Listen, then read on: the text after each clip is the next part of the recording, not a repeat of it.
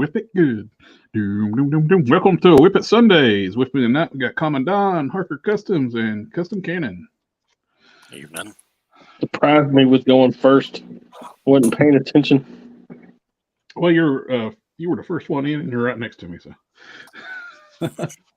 So, welcome to Whip It Sunday, where we do live customizing, talk about shop, answer questions.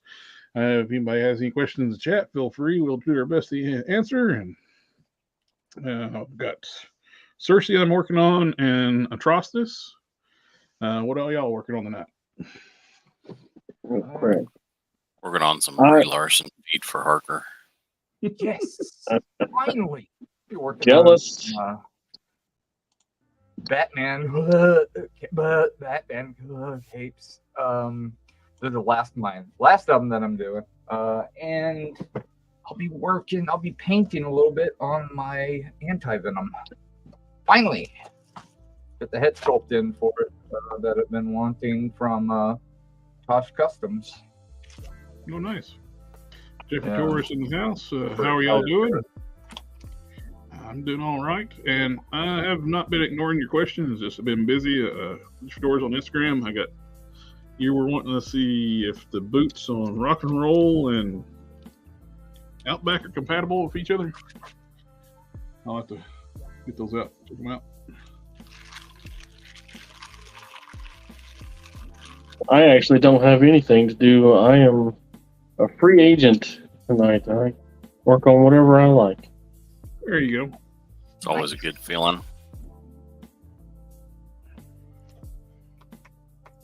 So I'm going to work on the Scarlet Spider thing because I'm ready for punishment. I'm going to go get some green stuff out and fit the Atrocitus head. I ordered some black primer from Vallejo spray paint for the bikes. Mm-hmm. See how that does. Never used it before. Went there looking. I checked Mr. Hobby first, and it's like he's got black primer, but those cans are tiny, like 9 ounces versus 16 ounces. And $1 difference in price is like, Did you say Vallejo's primer? Yep. Scratches off super easy for me. Spray primer? What primer did you use? I go straight to Tamiya flat black for plastics, and it works best on resins. Spray primer? I hear you're supposed to sand that stuff before you spray primer on. Yeah. This works extremely well on resin. Because I watch a lot of mini painting, and a lot of people use this, especially because you can do heavy coats. If you have like when they do like a diorama or like a large dragon that it needs some areas to be smoother, and they got some lines and they sand them out, but they need them to do some fill. They'll hit an area a little bit harder with this, and it'll do some fill in. I mean, to give you an idea, here's how. Well, have you ever used that Vallejo primer before? Nope. That name doesn't exist. Here's how mine came out after about 3 coats.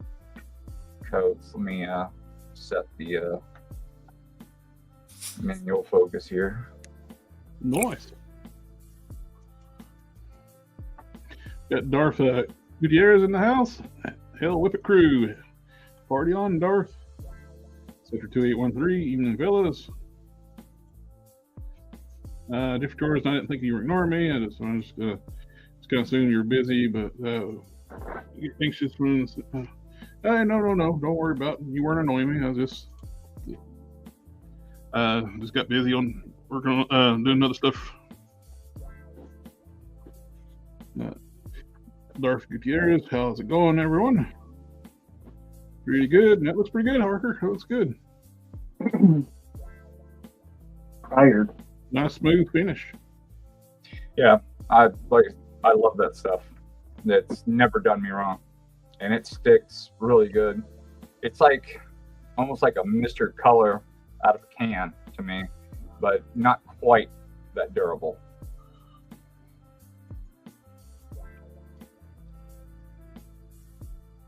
Well, I'm going to try the Leho primer, spray primer. It seems like a new thing. So, give it a shot. It's already paid for. It's been shipped.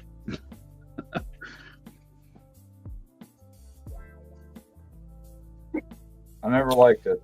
It always scratched off way too easy for me. Always made me really frustrated. The spray can primer or the airbrush primer? Especially the airbrush, but I bought the spray can stuff. The airbrush stuff is horrible. But well, I figured that was regular Leho, but this is an acrylic spray can, so I figure it's going to act a little different. Hopefully, it's better, but than what I had. But you're also in a different environment than I am, so that also factors in. So some stuff is going to cure completely different. Like humidity is going to factor in, and so that's another big one that I wasn't thinking about. So depending on that, and of course how patient you are, I'm not like at all. So if you're patient enough to let it cure for, say like 8 hours at least, then that's going to make a difference too. Why would you I want mine cured in like under 4, ideally under 2, by letting it sit out in, not direct sunlight, of course, because I don't want it to, boil or melt the resin. But like sit outside in, shade of 100-degree weather in Texas, and like have, and like cure it like as if it would, and, baking at, body shop, getting a paint job.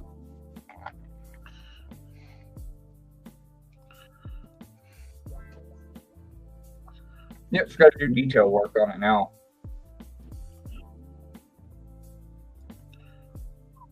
No, you just after that you got to build your Ghostwriter. Oh, so I'm gonna change the. Did y'all see that Ghostwriter that guy's like? My Ghostwriter. I finally got the Ghostwriter of my dreams or whatever, but he had, instead of having like pants, he had on the stretchy pants. Oh, I know. Yeah. He had used a stretch vinyl on his pants for the Ghostwriter. Okay. I don't know what you're talking about. This guy had posted an image of a Ghostwriter, Danny Ketch, that he was working on, or it had been worked on for him. And the guy that made it used the stretch vinyl, kind of like that black that I have. Uh-huh. He used that to make the pants. Okay. And then he used like a cotton for the jacket. And I was thinking the opposite. The pants look good though. Undeniably so.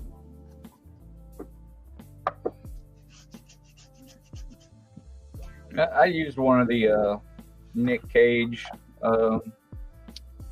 Ghostwriter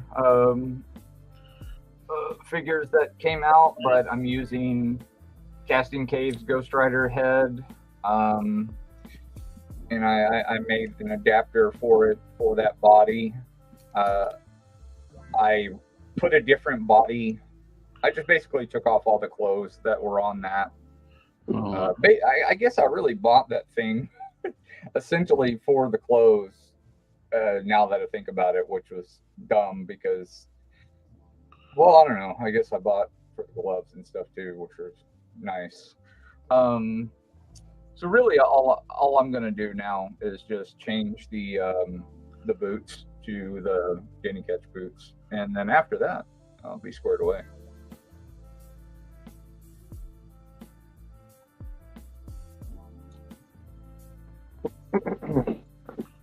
I'm not sure how I'm going to work out the boots just yet.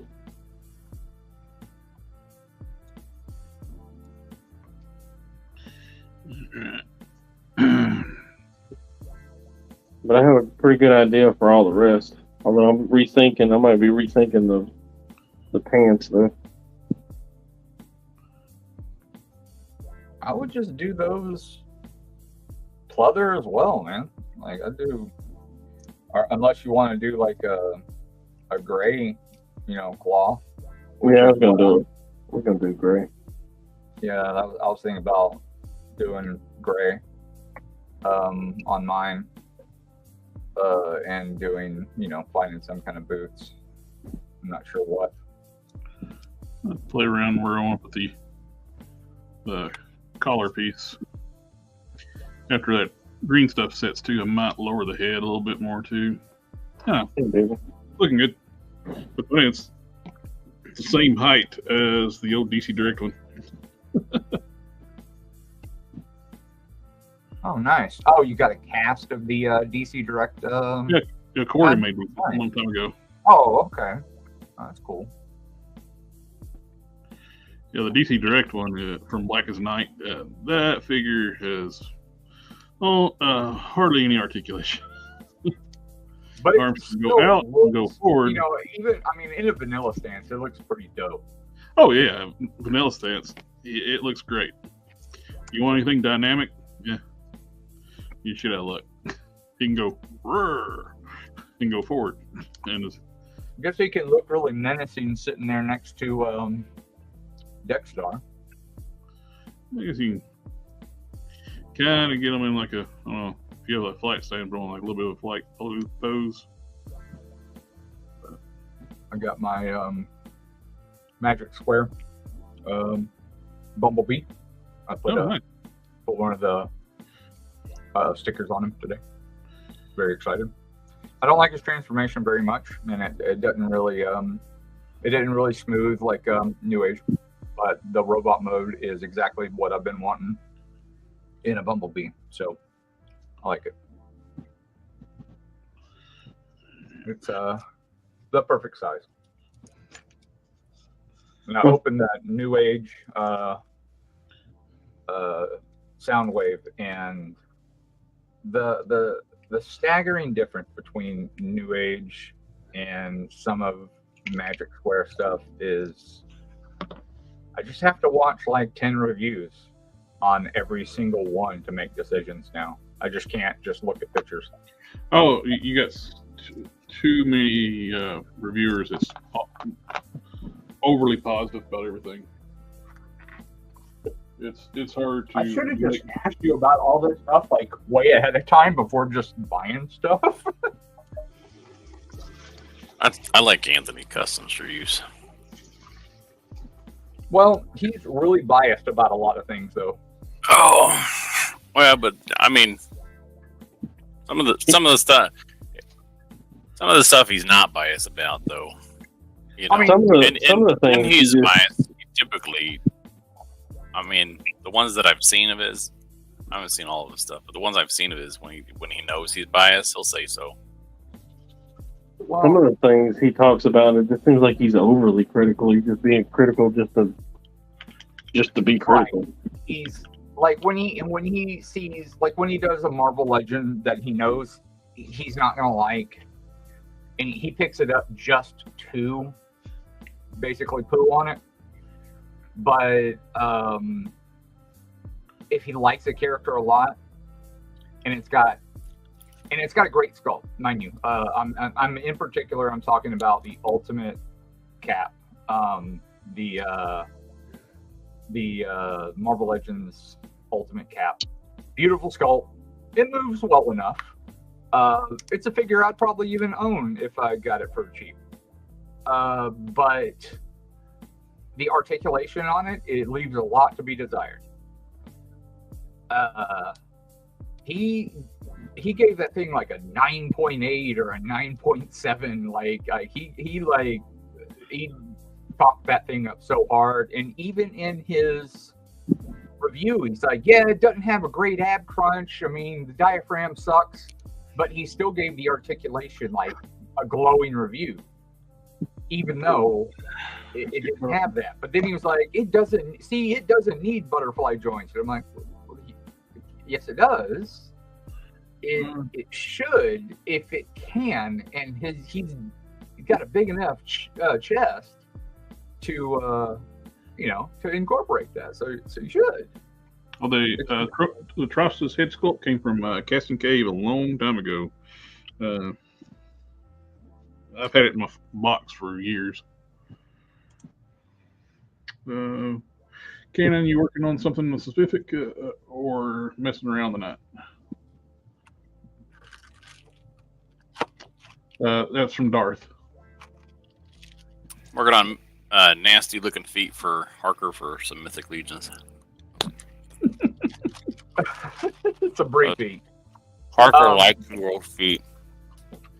Different Torres, would the LCU Venom work for a custom tick figure? Ooh, I can see that body being used for tick. Yeah, I think it could work. I think you'd have to at least sand it down a little bit. I mean, I don't think you'd have to go like bananas. I think you could probably like give it a decent sanding to get knock down some of the veins. Welcome. But still leave some texture on it, and it would look really cool. Did you say BANANAS? Garth Gutierrez, it seems Anthony Customs likes McFarlane in DC. And it's like, why? Why would you? Why?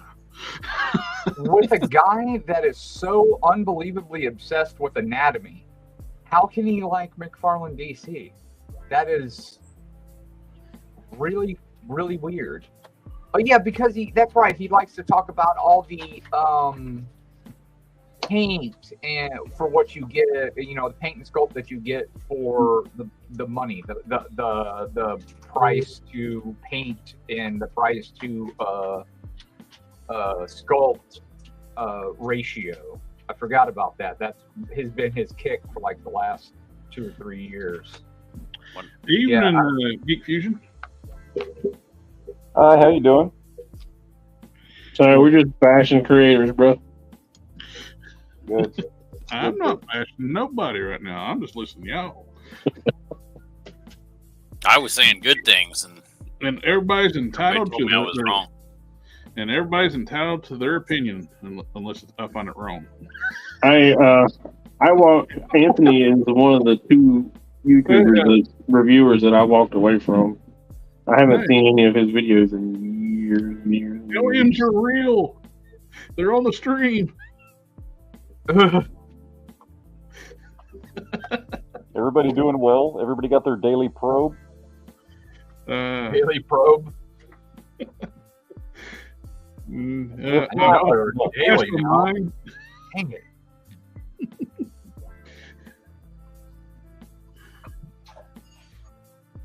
Nope, we get the first. All right. Hello, fam. Cannon, you're up first. Family.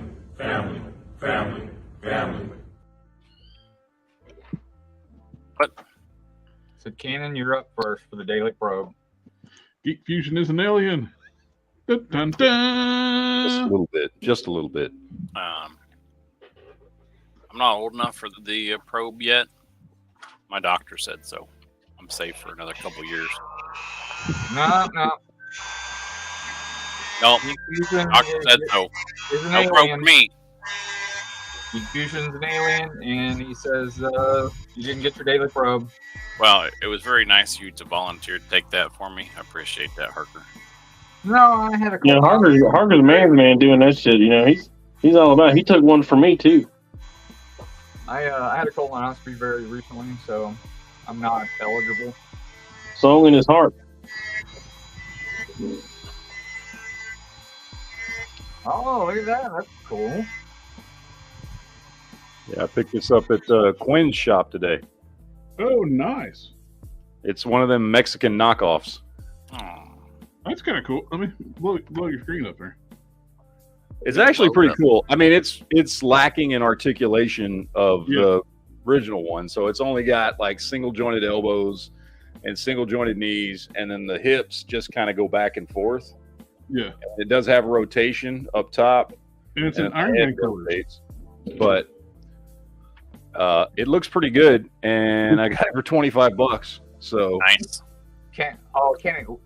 I guess if you had it lean forward, it would have to do it at the legs to like look down at like. It would have to do. Yeah, like. If you're going to troop build a bunch of Sentinels, though, that'd be a great option, though. Yeah, it's pretty cool. All they're going to be doing standing in the background, right? Yeah. I had cool in Iron Man colors at some point. The one that I started 900 years ago. Yeah. I like all the damage on it is actually molded really well. It really is. The paint job's kind of shit. Although I like the color scheme. I like the red and the metallic and everything. So the scheme is cool. But I've never even seen that. Yeah. I've seen some of the other knockoffs. I've never seen the battle damage one before. Yeah, I've never seen the battle damage. Is that like a blown up version of the what's that game that they made where it has the little bitty figures? Are you talking about the X-Men game where they had all the different colored Sentinels? No. Yeah, they had like there's a HeroClix version of a Sentinel that that people cut up and 3D printed stuff, and they made Sentinels out of, and then those files got out and some knockoffs were made out of that. I wonder if the same thing happened. The Toy Biz one and just been battle damaged. Yeah, they did a good job. I mean, all the little details in there and all the battle damage parts look really good. Yeah, hole in the back, the side of the head. They did a good job on that. Yeah, I guess that is the Toy Biz one, huh?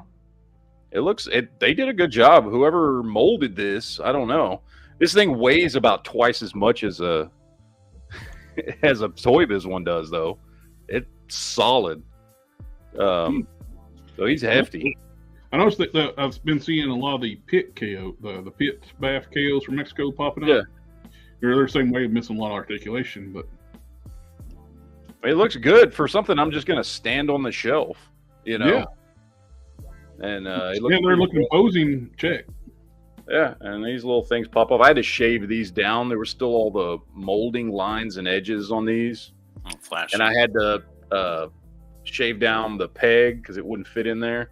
And then when I first got it, this part of the arm was not on because the mold, whatever it was molded from, they had molded the peg too big and it wouldn't fit in there all the way. And so he's like, oh, well, you know, the arm just keeps coming off and stuff. And I'm like, well, I can fix that. So I was able to pop it on. But pretty cool for $25. Heck yeah. So, yeah, I was loving that. And then, of course, I had to pick up I went by Quinn's today because I was bored. So me and him sat there and shot the shit for a while. And he had a Man of Steel Jor-El. Oh, nice. I was going to give you one of those. Oh, you were? Yeah. Okay. Oh, you had one there. It was like $10. And I was like, okay, cool. Because I wanted to buy other stuff from him. Because, like, he took this in yesterday. And he was going to sell it in the shop, and he paid $25 for it. And he was like, well, I'll just sell it to you for what I got into it. I'll sell it to you for $25. And so I felt kind of bad. So I bought the Jor-El, and then I don't even remember this dude's name, whatever this DCUC fishbowl-headed dude is. Oh, that's the wrong head on that body. Okay, well, whatever it is, like I bought it. I was like, whatever. The head on that body is supposed to be a shark head. Okay. And character shark. Okay. Well, hey, whatever. I was like, cool. The head that's on it's a Green Lantern head. But Yeah, so I picked up some other stuff from him because I was like, oh, well, because I felt like bad that he was just selling it to me for the price he got it for. So, yeah. But $25. Yeah. I mean, I was very happy with that. And like I said, I like the color scheme, the red and stuff on it. It's just when you get up close and look at it, I mean, it's not very well done. Yeah. So, but I don't know. I don't know if I'm going to leave it like it is or repaint it or what, but pretty cool. The ones I'm seeing online, like people are selling these on Facebook for like $100 a piece. Damn. Oh, so damn. Yeah. And I mean, you know, they're cool because I guess it is cheaper than buying the Toy Biz one, which is at least $200. So is it still that high? Oh yeah, Jesus. Yeah. So, well, and the thing is the price on the Toy Biz one actually went up when that new Sentinel came out. Because when the new Sentinel came out, people realized, well, I can't afford $500 or more for that, so let me get one of the Toy Biz ones. So the demand for the Toy Biz one went up dramatically. Oh, that's crazy. I sold my. You can put the Master Mold head on the big one for the HasLab and have all the smaller Sentinels be regular Sentinels. Yeah, that's producing. So.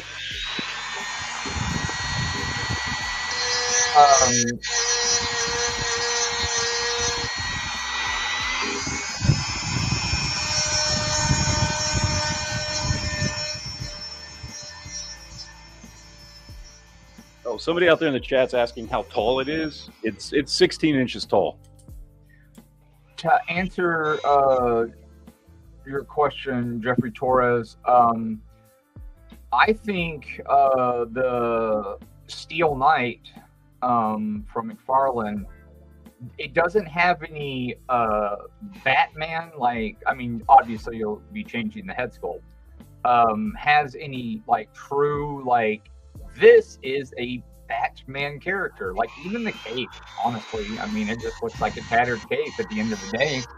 I think if you slapped a black wash over that whole thing and dry brushed over the metal parts with a decent silver, you'd be good. But one thing I probably would recommend, I don't know what it's like in person yet, because I don't think it's out, right?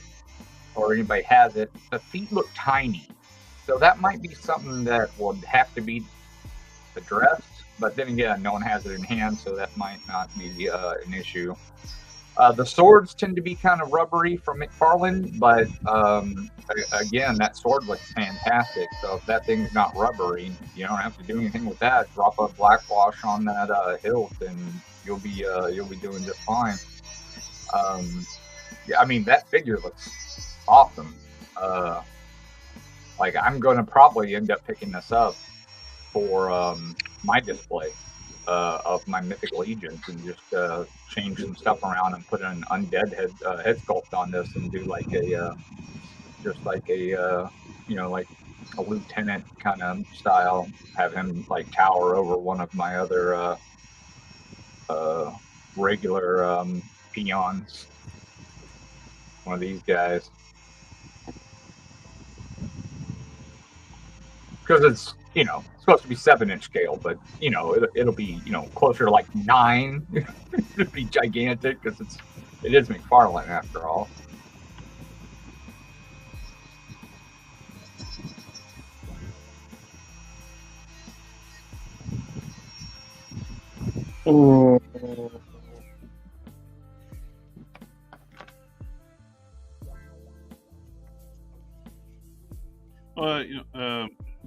Geek Fusion? Yes. If you want one of those Solar Man of the Atom figures, if you get me a Vulcan and a Corsairs, and I'll get you taken care of. Okay. Yeah, but you did like a lot of work on that, man. I don't want you to do that shit for me. It was a lot of work. You've already like hooked me up a lot with that Hulk.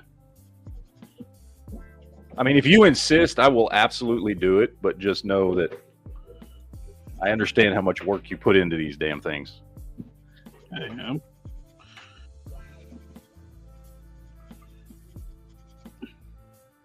Well, As long as you don't send me in a high point.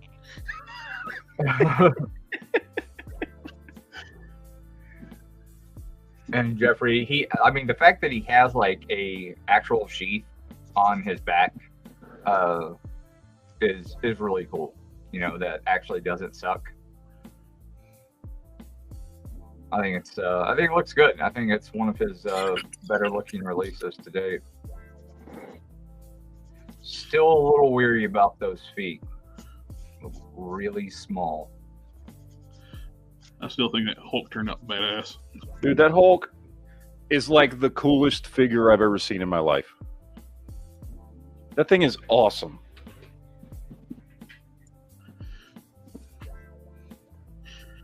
That reminds me, I got to get that video that I did on it edited, because I haven't edited it yet. Oh, you did a video on it? Sweet. Yeah, I did a video on it. I have to edit it. This thing is the most awesome action figure I've ever seen in my life. Look at this. Look at that. You can't. This camera doesn't even do it justice. He's pretty cute. Awesome this damn thing is. Oh, it's so sweet. This thing is freaking amazing. I love this thing. It's like my favorite action figure. Everybody that makes messes with those use that overkill as a figure base for a custom. They never extend the neck, because if you don't, the head is right down on the torso. Yeah. Look at that. It's perfect. Well, I'm glad you like it. It's awesome, man. I love it.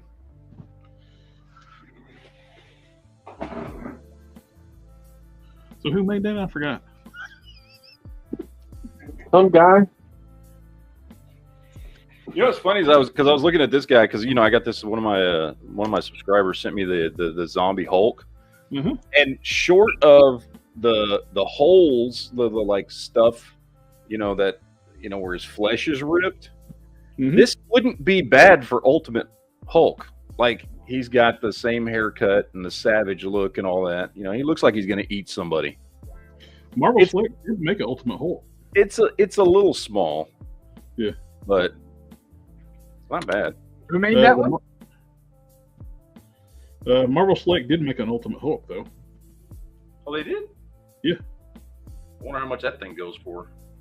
Yeah, I don't know. It's the days when they didn't do a lot of articulation. So I don't know if it's like highly desirable. Yeah. I'll grab it. I got it on the shelf over here.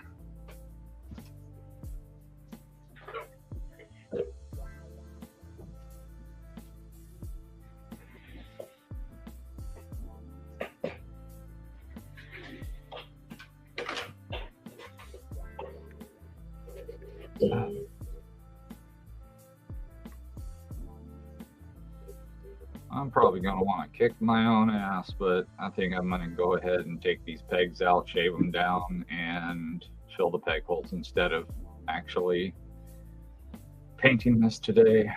Good Lord, what the hell is wrong? Is that the Toy Biz Blackheart? No, this is Plague Spawn. What I've done to it so far is I've filled in the Spawn emblem all over it. I've shaved down a lot of the spikes that were sticking out real far.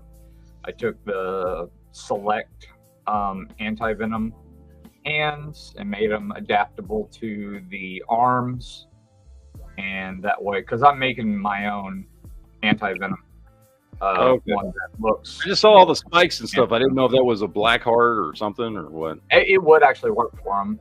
I did the same thing for oh, nice. That's awesome. I just need to find him. Then I don't have to do a custom. Well, he has no elbows. He has a bicep swivel and hinged shoulders, but no elbows. Okay. It's weird. The hands. The head can only look side to side. The torso is a solid sculpt, but you got like DCEC style hips, so they rock that way and go forward. No knees, but ankles and ankle pivots. So it's weird. Let's see. I could pick them up for $30 plus shipping. That's not bad.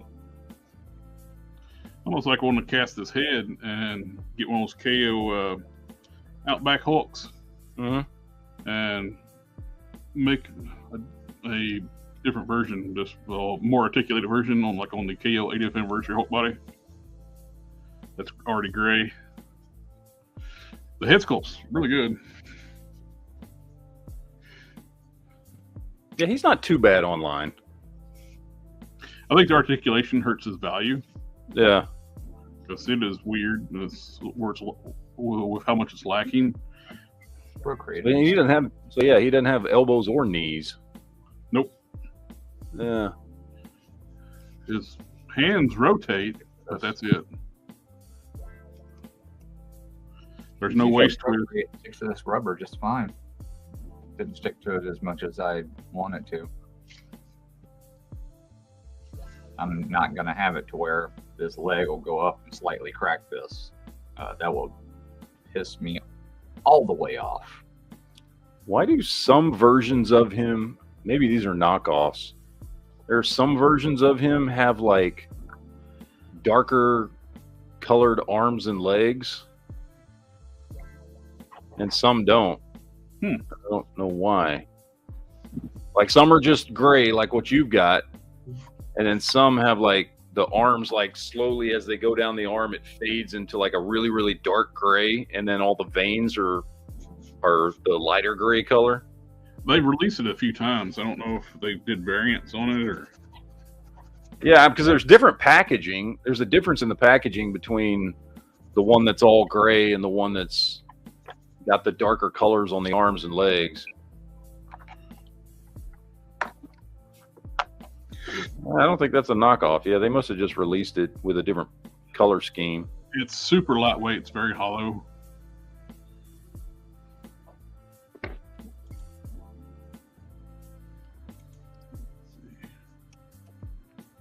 It's one that was revealed recently. Is it a Captain Marvel custom? I don't know where relation what we missed. Oh, the feet.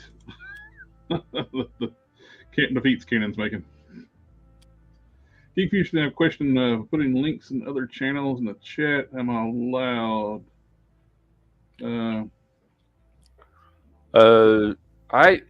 To be honest, I don't know. Sometimes YouTube won't let you do that. There's some things that it like restricts. I have no idea. But I mean, if you're asking for permission to do that, then it's not my fault. You got to ask Jared. Yeah, you can ask. You can try it. If it deletes it, I'm not deleting it. YouTube automatically deletes links sometimes. It usually only lets mods put links. Well, have a good one, Jeffrey Torres. I'll let you know about the Outback and Rock and Roll boots. Bootleg Cobra Commanders are hitting eBay. Beware sellers. Yeah, I think they've been available on AliExpress for a while. But which ones are? Probably that light blue one. I think it's the light blue one and the has Repulse exclusive one, the one with the cape. Oh, the royal one? Yeah. Or whatever. I was going to do something. I forgot. Oh, yeah. I'm here.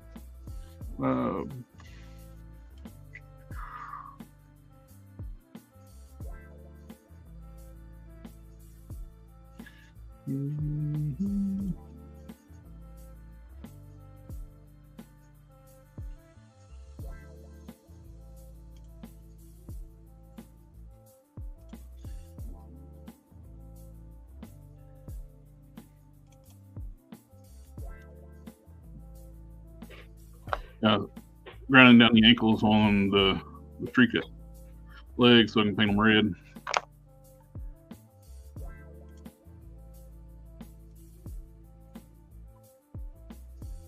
What have you in this folder? Oh, I thought you were going to just do the whole leg black all the way down on that surface. Nah, I'm gonna go ahead and paint it from the shin down.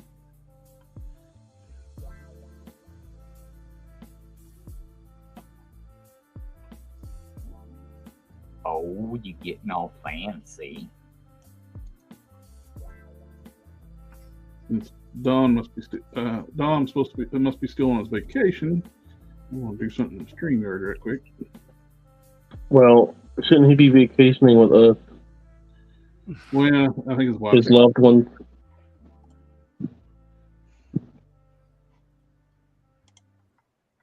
It's true. It's true.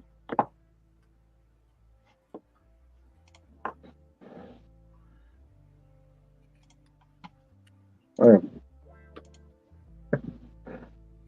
I'm telling you, 4 o'clock was really early this morning. I'm tired. Did you not get a nap? Sam is I didn't get home till 7. 1900 for us, people that live in the real world.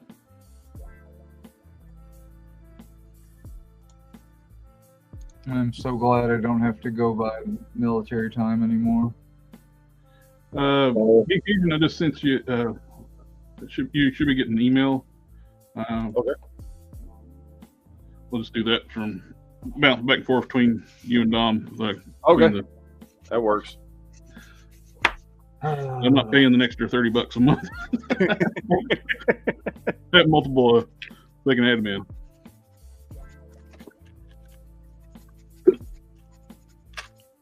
All right. Yep, I got it.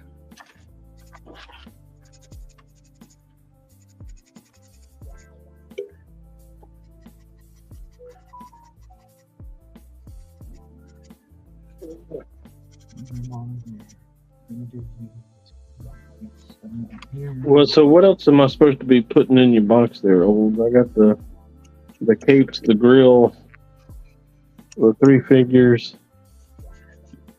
Was there something else? I don't know. I'll be right back. Okay. Oh, and giggity. The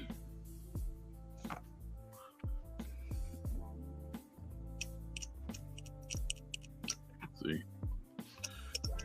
You got 2 capes I made. I guess the cape I sent is the reference cape. Right. I have it in the box for you as well. And the grill. Were you gonna make something else for me? I don't remember. I got so lost in Batman and Robin that I hit the bed on everything that I was supposed to be doing. Those 3 figures when they eventually arrive. Yeah, probably have it shipped out on Friday. Are they supposed to come in this week? The 3 figures? Yeah. They're sitting in the box over there on my floor. Oh. I didn't know you got them yet. Oh, yeah. Yeah. That was it. I got them same day I got this guy. Oh, sweet. How's that Hank PM in the jumpsuit? I didn't. They're still in the white paper bag. I never took them out. The wax paper bag. The dry brushing bag. Yeah, that thing. I put all the accessories into one of the bigger dry brushing bags, and they're sitting in the box over there. Thank you, sir. Awaiting the postmaster.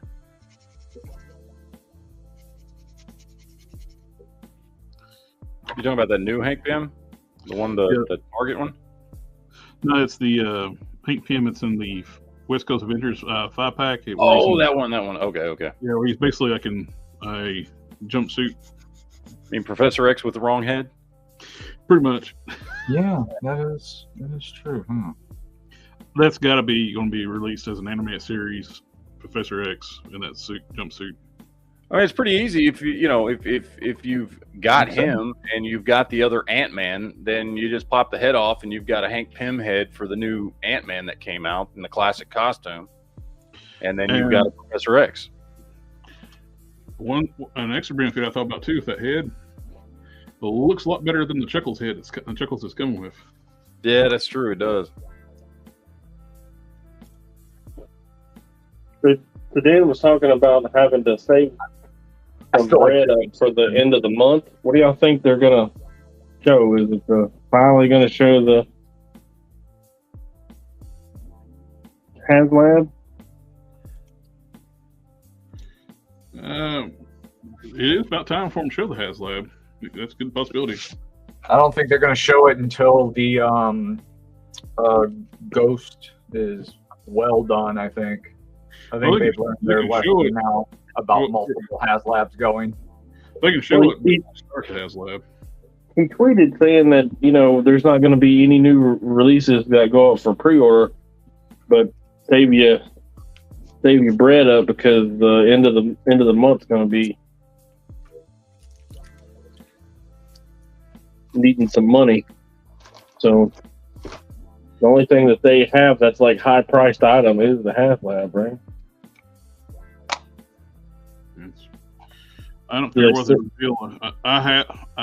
They can't really reveal anything I'd be interested in, because the only Marvel HasLab I've ever been interested in was Galactus.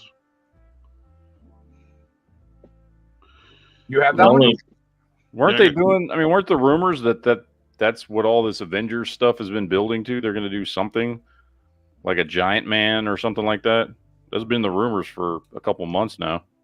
It's going to be Avengers related, whatever it is. Well, from what my contact told me a few months ago, but he says it has now changed. It is now evolved multiple times over because of all the issues that have happened and the pricing that has happened. It was supposed to be Hank Pym's lab, and it was supposed to be multiple versions of Hank.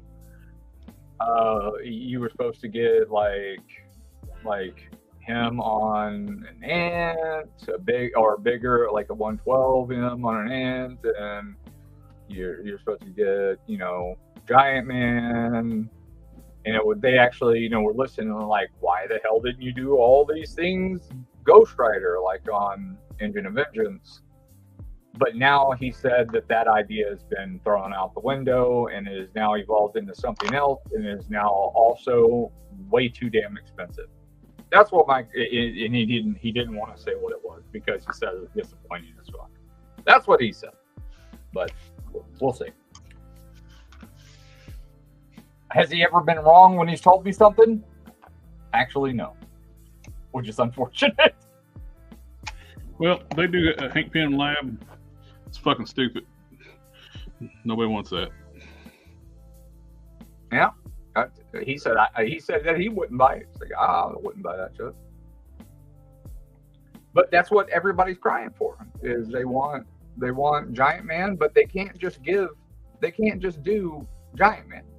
It wouldn't, just Giant Man alone would not fully fund. No way. He's not popular enough. He's not as cool as a Sentinel. He's definitely not as cool as Galactus. There's not enough like cool stuff you can put with them that are like other Avengers. We already got all those figures. I mean, are you going to redo some of those figures and put them in there as tiers? Well, that's just going to piss more people off. Could I see them doing that? Oh, hell yeah. Well, the problem is Giant Man would totally sell if they did like what they did with that Super Adaptoid and just sold it for $60 or whatever. Like if you did like a 12-inch Giant Man, that thing would sell like, I mean, it would be gone. It would be gone. It would be the biggest No, but they're thing. talking about the new But HasLab if you're talking about like HasLab prices, nobody gives a crap about Giant Man at HasLab prices. Well, the next Marvel Legends HasLab is supposed to be 400. Yeah. And there's nothing they can do Ant-Man wise or Giant Man wise that people are going to give a crap about enough to do that. Like, 400. Everybody would love to have a good modern Giant Man. That'd be cool. I'd love to have one. You know and what if it was 60, 70 bucks, like Super Adaptoid, which is a crap figure, but like if we're all talking that price range, I'd buy one. Hell yeah, I would. But here's what's got their panties in a twist right now. According to Brian, he says because the Cat Slayer funded, everything has been, all these other ideas that they had on the back burner have now like jumped real hard into the forefront because like, well, if that thing can get funded, we can jump into the problem is, so the funding level for Cat Slayer was $3,000. They're idiots, and they'll do a damn $700 HasLab and wanting 20,000 people to damn back it before they make it. Yeah, they said that they can now get into the $600 to $800 range for something like part of the shield carrier or something like that. You know, something bigger and something, you know, like a base. Well, people still won't buy that because the Cat Slayer is iconic, and the threshold to actually get it made was only 3,000. They're going to do something stupid and want you have that 15,000 for to fund because they're that would be dumb. That would be pretty damn dumb, yeah. And that's one of the also, I guess that was probably one of the reasons why the Cat Slayer was so expensive is because of that super low potential run of the product, huh? Well, plus it's huge. It's bigger than anything that Hasbro's ever made. It was also pretty risky, and it was. Oh, yeah. And I was pretty shocked that, you know, they were willing to go that far out on a limb to, you know, get that stuff all ready. I mean, because that took a lot of money just to do the design work to present that shit. And that's another thing. Presentation. Huge. And look what we got with the damn Rancor, you know? Like, we got that horrible presentation for that Rancor, which, you know, got the Black Series, the Black Series team is one of the reasons that they left and went to the Vintage Collection was because of the whole Rancor debacle. Is because they kept telling them, we're not ready. We're not ready. We're not ready. No, we're not, you know, we're not going to launch, you know, our, you know, the Rancor yet. And they're like, no, you got like, you know, X amount of months. This is, you know, or it was very, very, very, very short notice. It's because they weren't ready on something else. And so they forced them to go ahead and release what they had because they were further along than whoever else was doing the other shit at the time. So I mean, they got screwed. They got the raw end, and then in the end, they kind of didn't care. The Black Series team didn't care that, you know, they just sank their own ship. They just literally just, you know, okay, it's not gonna fund, so we don't give a shit. Like everybody's like, we'll eventually get. Is asking a question: is the Hydra Stomper a good base for a Sentinel custom? For a smaller Sentinel, I can see that. A lot of paint work though, with going green to black and purple. I would love to have a white. I wish they made that sucker in white. I'd still make a big guy out of it. Oh, yeah.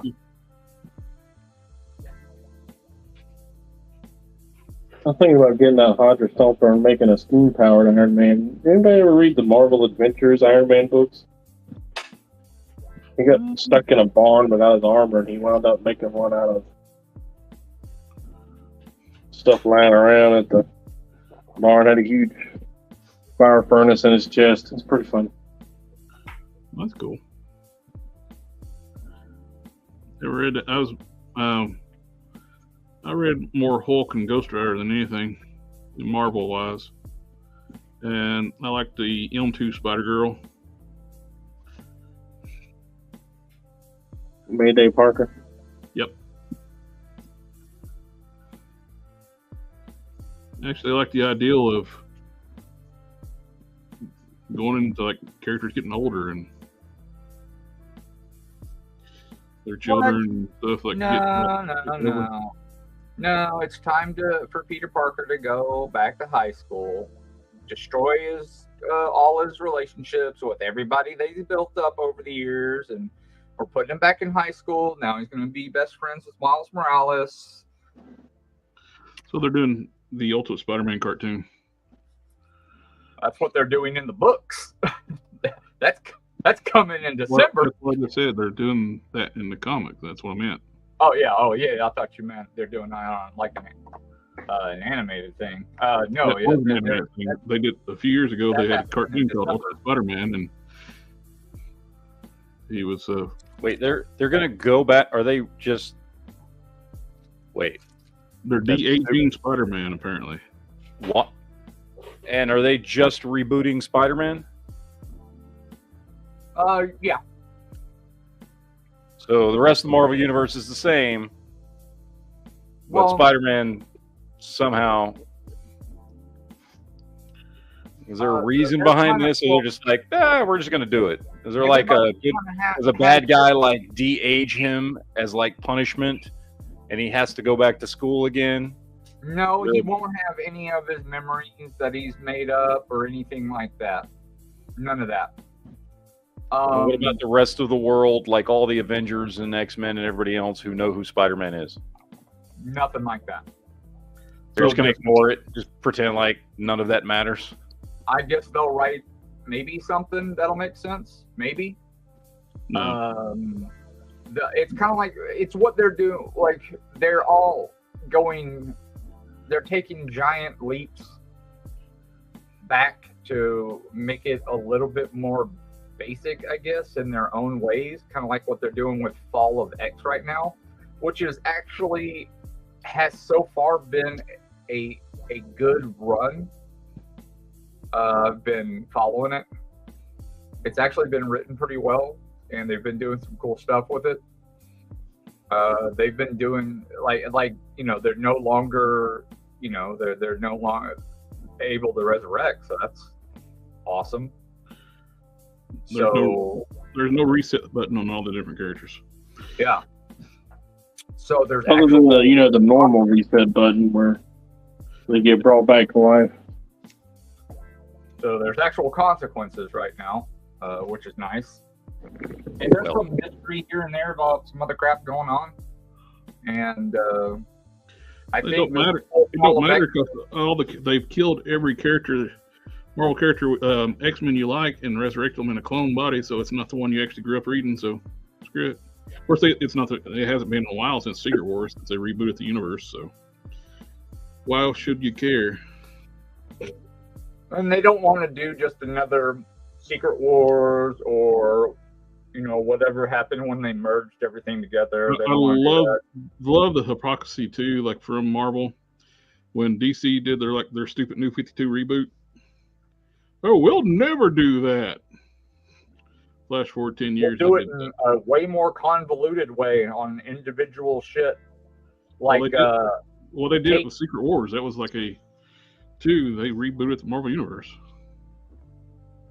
Like, take poor fucking Spider-Man through absolute hell first, and then we'll just take him back to being a kid again. Why not? Have him and Miles Morales the same age, and Harry Osborn not a character that he hangs out with anymore. Flash Thompson, that's not a guy. Maybe a supporting cast. I won't be anybody he hangs out with on a regular basis. Fuck it. They have yet to do a Flash properly in live action. because his nickname is Flash. It's not his name. His nickname is Flash because of his blonde hair.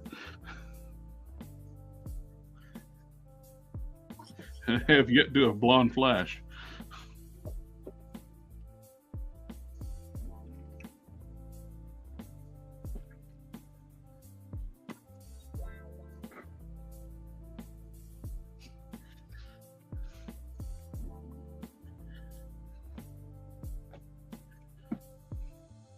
I was thinking about the Vulcan body for Danny Kitch.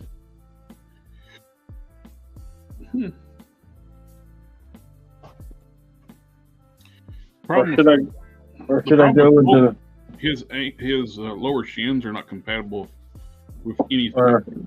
Should I go with the V toys? Well, I mean, are you putting cloth goods over these? Yeah. Then absolutely not. Too big. Both of them are too big. You gotta think about the cloth goods over them and how big that those cloth goods. Danny Kitch Ghost Rider was the good sized dude. Yeah, he was big. He was big dude. You got to think about how big cloth goods will end up looking, because you want a jacket to look kind of like a jacket, and if you put that over V toys or a Vulcan. Omega Weapon 13. Did you hear about 4 or 5 in the works? Seems like it's already in development for the strike. The Kiki was just talking shit. And he whatever his name is, there's no development on that. He spoke. He was just talking out of his ass. Hemsworth said he's not going to come back unless they make Thor serious again. So it's because Peter screwed up and bought into the Eternal Celestials and whatnot, and they showed the end of Spider-Man No Way Home. I've seen people use some of the discount Buzz Lightyear purple robots as bases for Sentinels. Yeah, those bigger ones. Why can't they bring back Spider-Man back to when he was rich? There you go. Parker Industries. Yep. Wasn't that all because of autos? During like the Ultimate Spider-Man stuff. Probably so. I didn't read during that time. Read Spider-Man. I never was the biggest Spider-Man fan. Like that, Ghost Rider and the Hulk were my jam back in the day.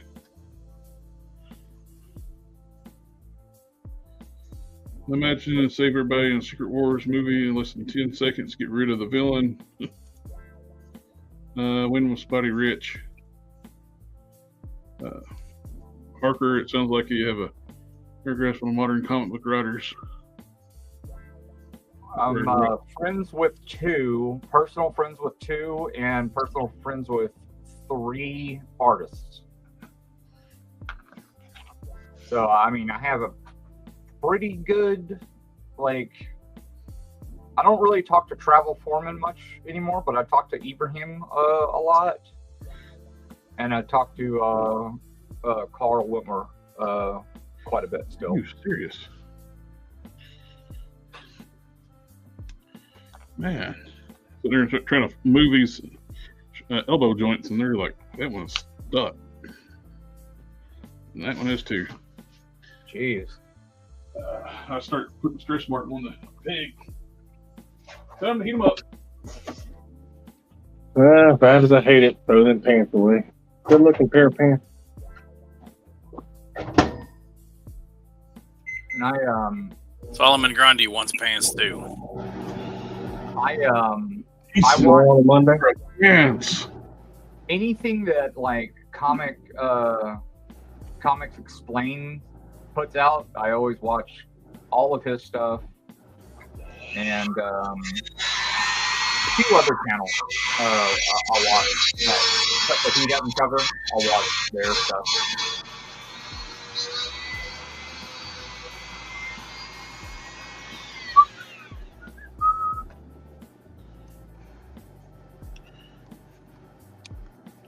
I really just don't care no more. But Marvel or DC.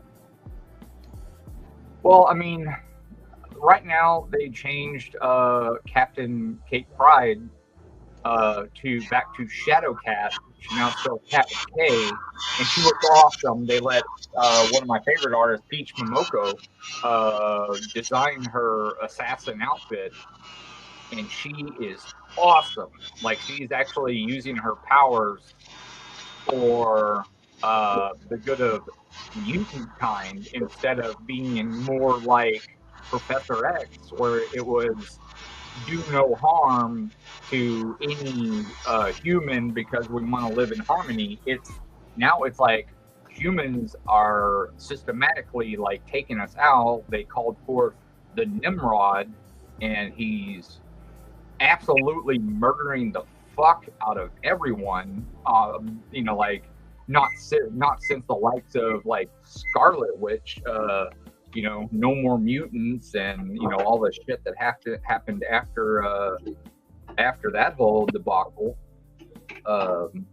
So it's been pretty nasty. So it's great to see her back in the Shadowcat name and to see her back in her like multiple colors. But that's like the number one custom that I'm kind of like focusing on, but I'm still waiting on a couple of parts that are really expensive that I really don't want to use as fodder, but I guess I'm gonna have to. One of them's the 3-pack white Electra. I just need the body from it, and no one just sells the body of the damn thing. That's an awesome figure. A lot of people not wanting to give it up on. Well, I mean, it's an awesome figure for some people, but a lot of people actually got rid of it when that set came out pretty quickly because no one wanted the white costume Electra. Everybody wanted the heads so they could paint them red, the bandanas, and just get rid of the body. There was people that were like on Instagram that were like throwing them away. They're like, "This is trash," and was like, "There was like." Those are called mentally retarded people. Yeah, like there were people in like comments that were they were like, "You all like did the same thing." I'm like, "Oh." Nobody threw it away. They're full of shit. They're liars. They sold it. If they didn't want it, they sold it. Nobody threw it away. They do that shit for like dramatic effect. I don't know. It gave a dramatic effect to me, but then again, some people are stupid. I just want the damn body. I need to mutilate it.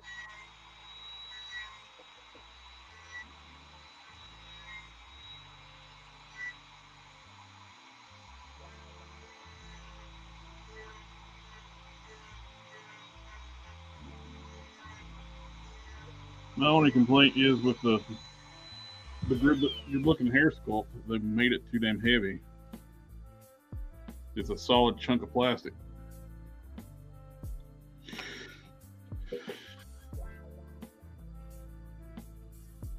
It should help it from seizing up too, taking off that enough material.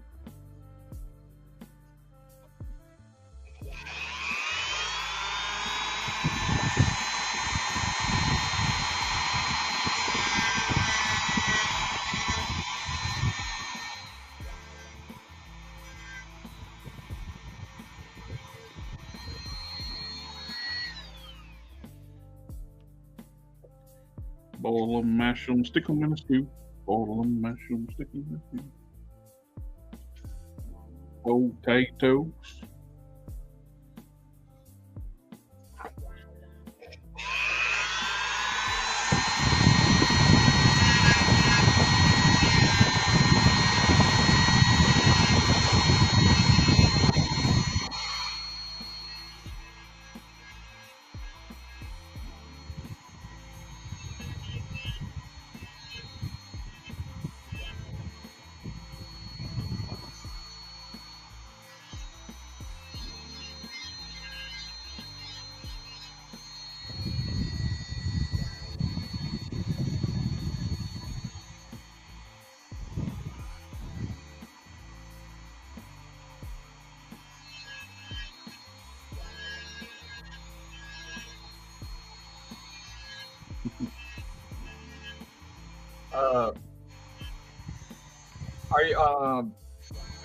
Are you doing? Those are the feet that you're talking about doing for me, Ken?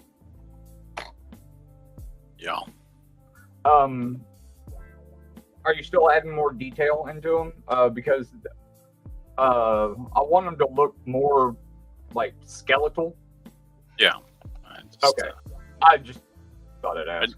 I wanted to put the armor part on it because I don't want to spend a bunch of time.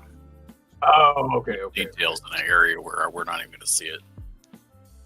Oh, that makes total sense. I like your armor part way better than the reference that I showed. That's way better. Oh, it looks more like their other stuff. Yeah, exactly. The one that I showed you didn't look like it. I don't know. It didn't match anything. Reference to the source material. Honestly, it matches the guy's artwork that he did on his own line. Go figure. The Savage Crucible stuff.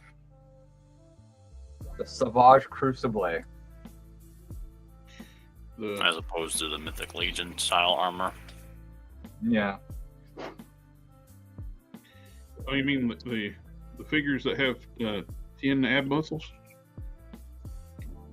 Yeah, the 12 pack.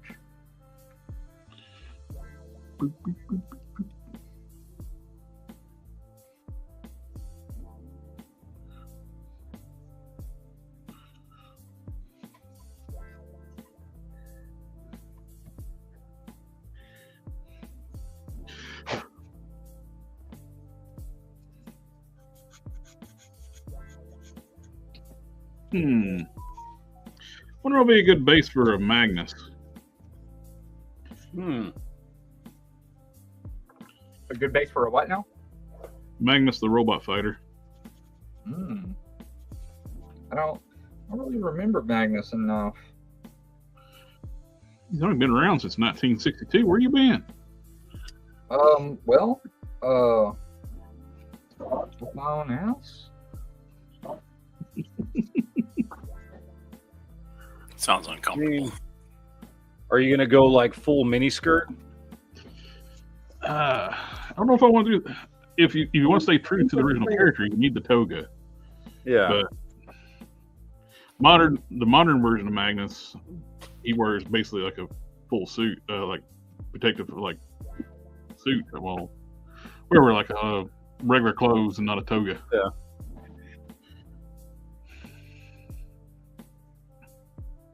Let's take a look at him.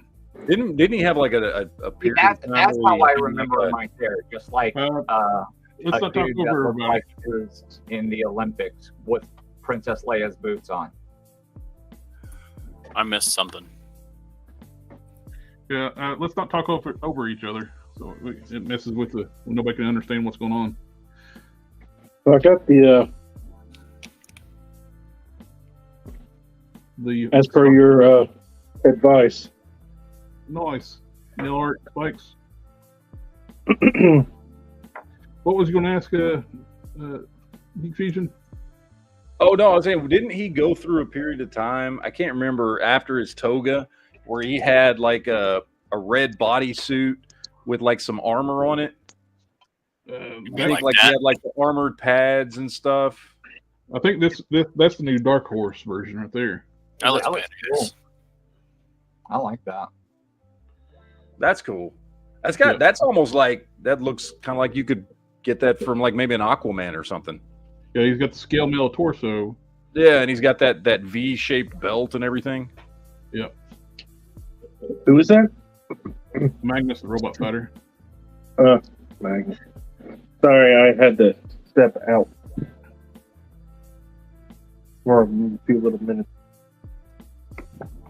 I don't remember back in the day they did the crossover book with Dark Horse. I had a bunch of those old Gold Key comics back in the day. Those things were actually pretty cool. I had some of those and the Solar Man of the Atom, and I didn't get any of the Turoks. But those old Gold Key comics were pretty cool. Yeah. Great art for what they were. Very pulpy kind of. Mm-hmm. I remember the first time I read a Malibu Comics Prime Exo Man of War comic book. We were at this place called Hudson's Treasure Hunt, and I had found a couple of comic books back there, and that's what they were. They were pretty whack to my little brain at the time. I was still pretty young. You didn't know what was going on. Sector 2813 at Geek Fusion. Toga. Made me think of Animal House. Here's one where he's got a bunch of armor on. Do you think that 1960? Yeah. He had like the shoulder pads and everything, and yeah, I remember that. It was not his best look, but yeah, I like that new Dark Horse look. Yeah, that looks cool. This one's weird. This one's different. It's shiny or something. Yeah. Yeah, that one I like a lot. So you think that 1960s Magnus would look at the robots that we draw today, and even like if he looked at like the Boston Dynamics like dogs that can do all that crazy shit and go, yeah, y'all are fucked. Yeah, the DARPA dogs. Like, nope, y'all are on your own. Oh no, he's got superhuman strength, so he can rip those. Y'all are fighting that, not me. He's got superhuman strength, so I don't think he's really would worry about those too much. He can tear apart a Terminator, so I don't really think a DARPA dog would. Well, with a name like Robot Hunter, you would hope he would be proficient at the hunting the robots.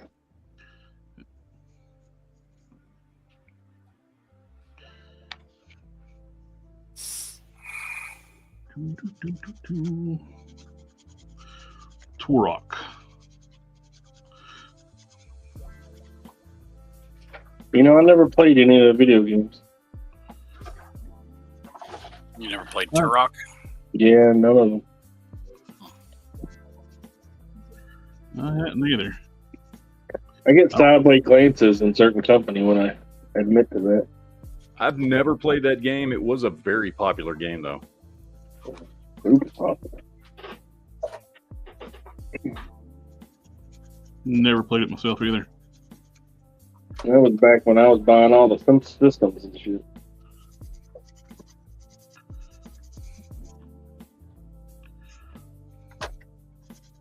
So these little spikes are actually heavy. Mm-hmm. They're sharp too.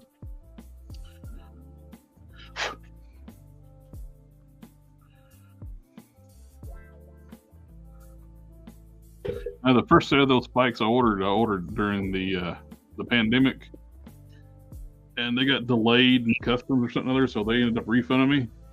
Ordered another set. They got here, then like about a month later, the set that got lost in customs arrived. Harker, you know that's not how bones look, right?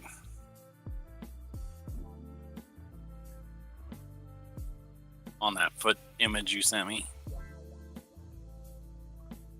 I don't think he's at a station.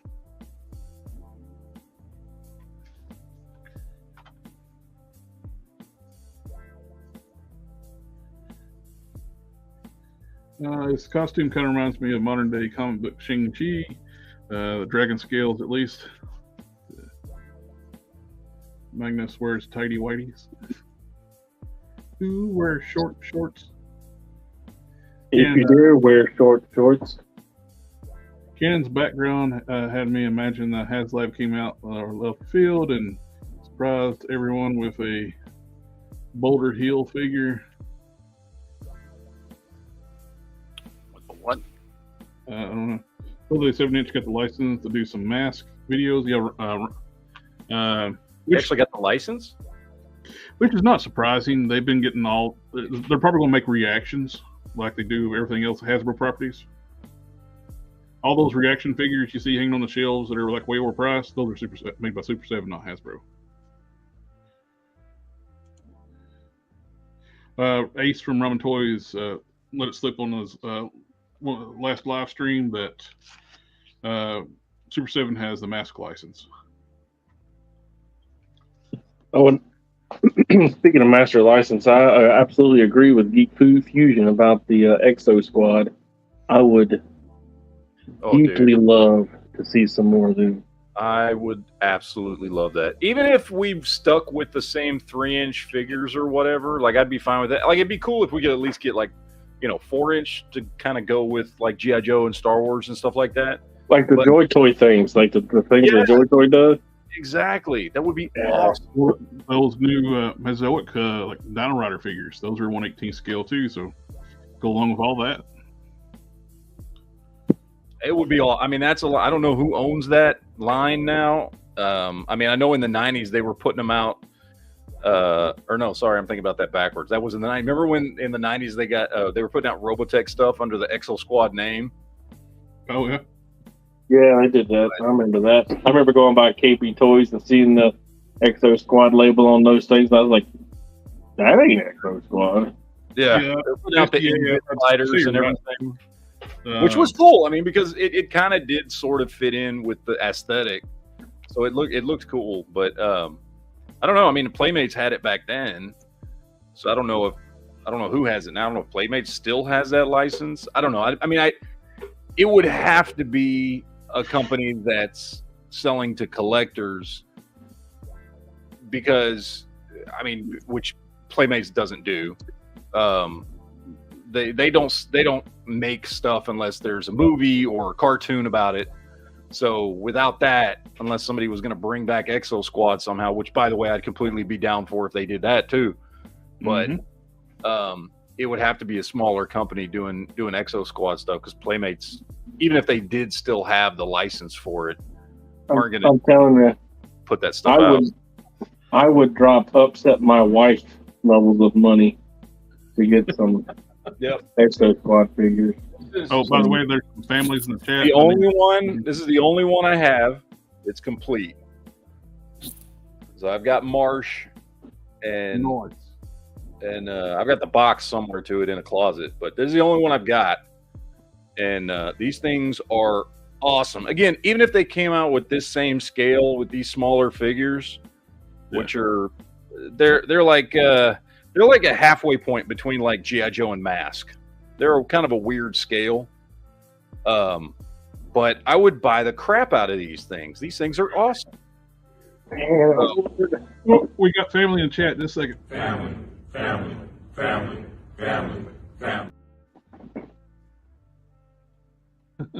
It's one of those things that would make me so happy.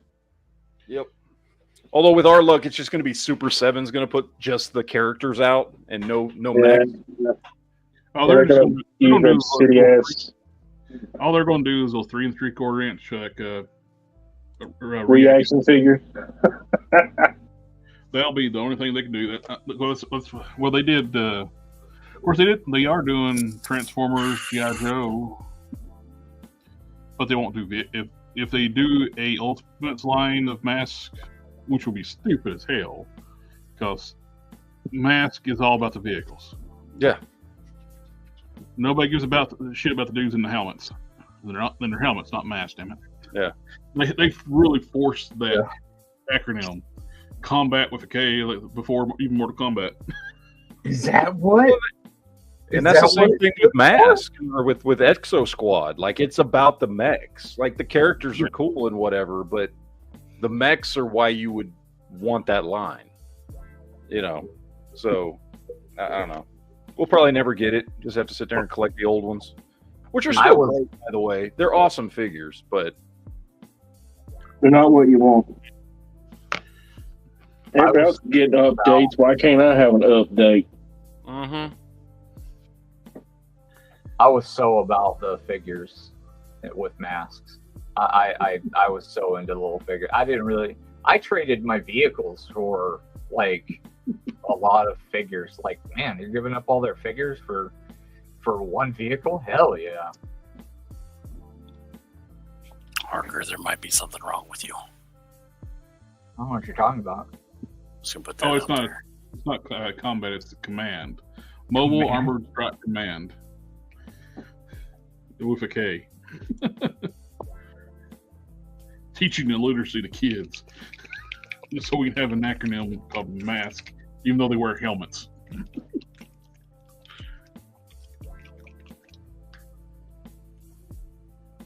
I had the old Camaro with the wings masked vehicle growing up. That was the only one. That's the first That's one. the one everybody had, right? Ramen Toys made. I had that one. I had what was the truck, the diesel, The Rhino. Rhino. I had that one, Well, and then I had a bunch of the little ones, like the motorcycle that turned into the helicopter, and a bunch of those smaller ones. The only two big ones I had were the Camaro and the truck. Yeah, the Rhino was the burgundy 18-wheeler. Yeah, it turned into a command. It had the missile in the back, which was awesome. Turned into a mobile base. That thing was great. That was my favorite one. Yeah. That was the one. It was the biggest one. It had the most stuff going on it when it transformed. It's still like one of the most sought after ones that get. Oh yeah, they're insane. I looked up last year. I got on one of these like middle of the night rabbit holes on YouTube and started seeing a bunch of mask videos. I'm like, I'm gonna go to eBay and see how much mask figures cost. Nope. Really? Wow. Nope. I'm not doing that. I guess they probably still got a giant cult following, huh? Well, I think I don't know if it's a giant cult following. It's just the Passionate. and Yeah. they're old enough to have Significant disposable income. disposable income. Yeah, that's a good point. Harker, you know that this isn't what bones look like on his foot, right? Do what? The texture on his foot that I'm making for the reference that you sent, that's not what bones look like. Oh, I wanted to. You just do it your way and give it some segments, though. Don't go by what I sent you. Make it look better. Here's a reference. Don't use it, but here's a reference. It's just a guide. His artwork, that dude's artwork sucks compared to what you do. That's why I should have been more clear. I'm sorry. Name withheld mixed with the blue people. Yep. They're not Smurfs, though.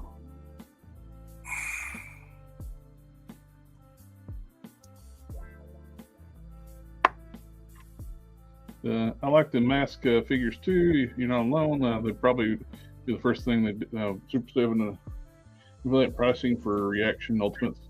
The tricky part about doing mice with Super 7 doing a mass vehicle, they won't, because you got back in the 80s, they didn't give a shit about licensing to like the Chevrolet for the Camaro, Volkswagen for the Bumblebee, and so on.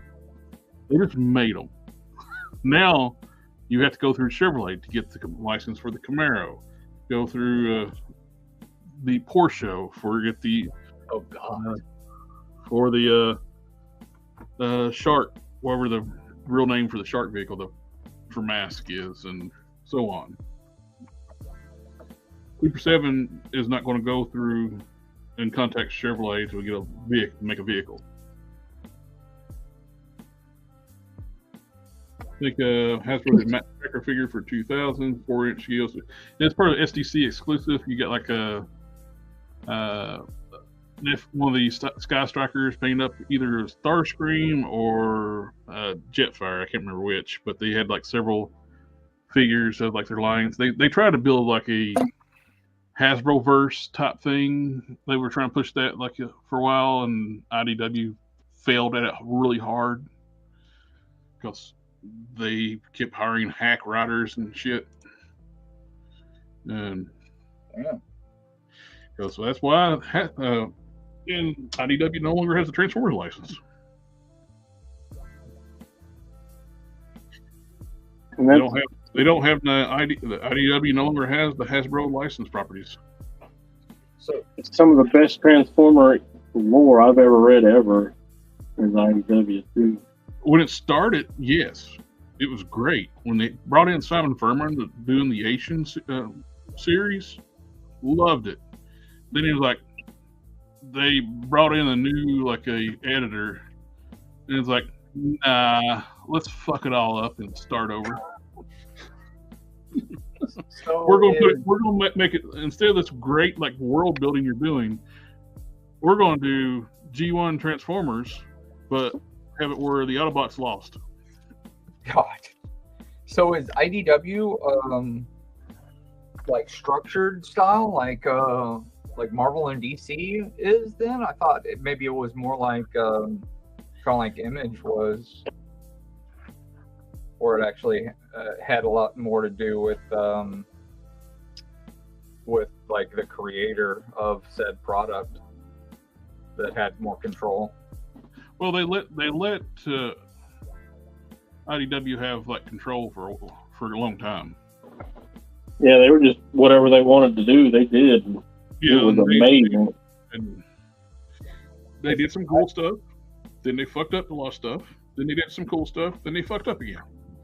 Because IDW absolutely knocks it out of the park with Turtles. I mean, their run is unbelievable. With that entire run, it's been fantastic.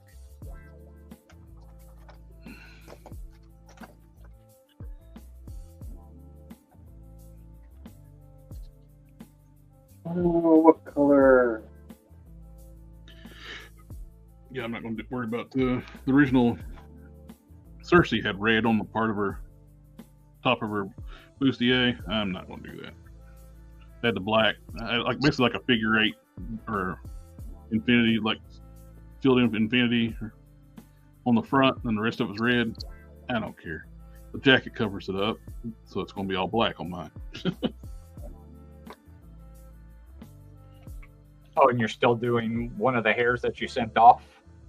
Oh yeah, I'll do that when I get back from my friend. I don't think it's that hair, that extreme 90s hair, which is perfect. Get that Lady Death hair done in a softer material. That's gonna be great. And I seen on the loose collector head, he's gonna try to cast it too. Which it will be lighter than just by the fact of the material he's using, it'll be lighter, and too, because the material they use for Lady Death figure on the head is very hard and rigid. It's heavy. Like, Marvel Legends. It's not hard plastic, but it's much harder than a Marvel Legends head. Marvel Legends, Bucky torso hard. Which Bucky? Oh, you wanted paint on the back of your figure? Too bad.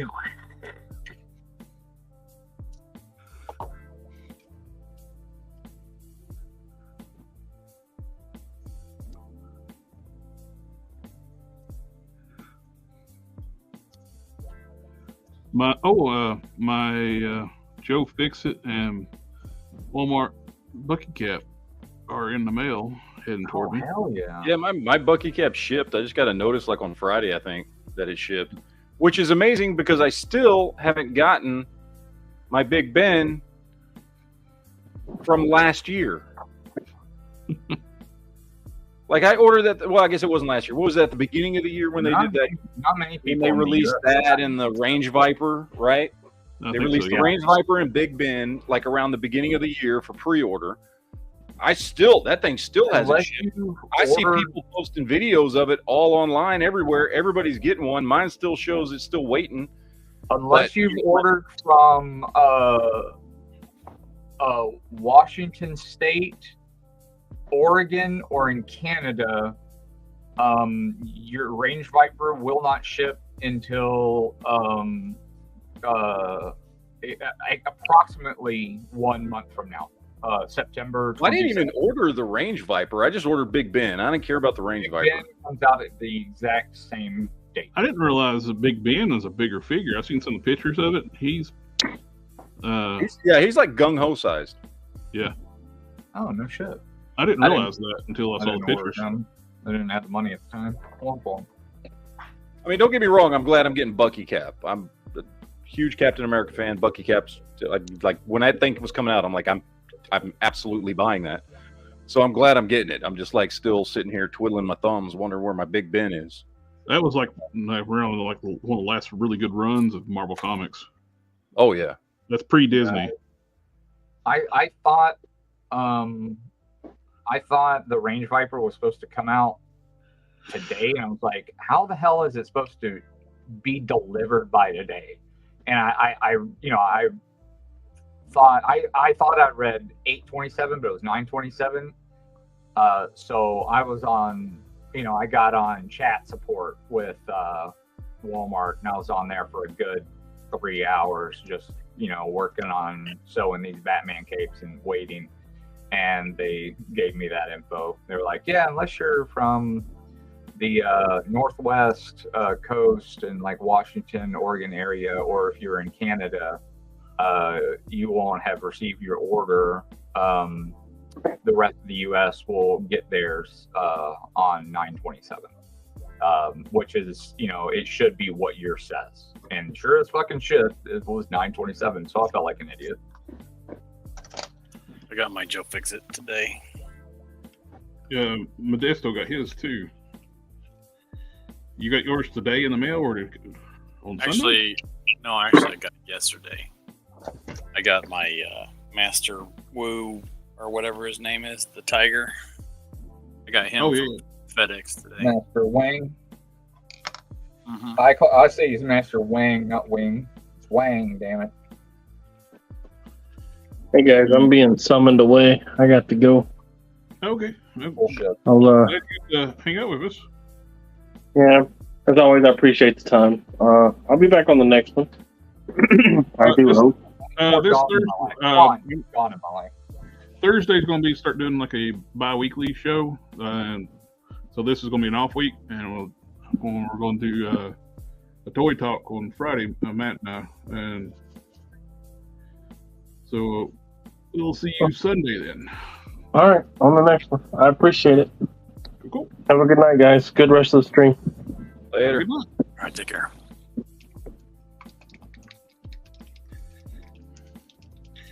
Yeah. Fridays it works a lot easier for me with work too. So. Oh, that sucks. But we'll be on the following Thursday though. Well.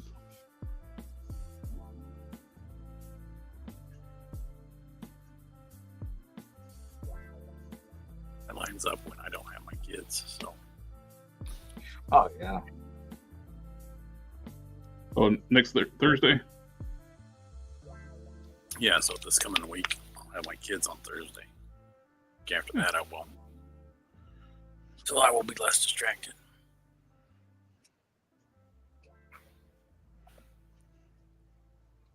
I knew that. That's why I planned that. It's like, what? I'm sure. Yeah. So, but from like here on out, Thursday will be every other. Yeah, it just gets. I got a lot to do during the week for work, and sometimes it gets a little rough. With work and the streaming. Plus, it gives me more time on the off weeks to do like individual videos. Oh, yeah, that's true. I always forget that, you do those too, right? Yeah, and those are really what brings people to the channel. Yeah. Well, shoot, I might have to start doing something once or twice a week since I'm just now clearing my log. My backlog is about to be done this week. Like, I'm going to be completely clear for the first time since the beginning of this year. It's like Morgan, clear. Yes.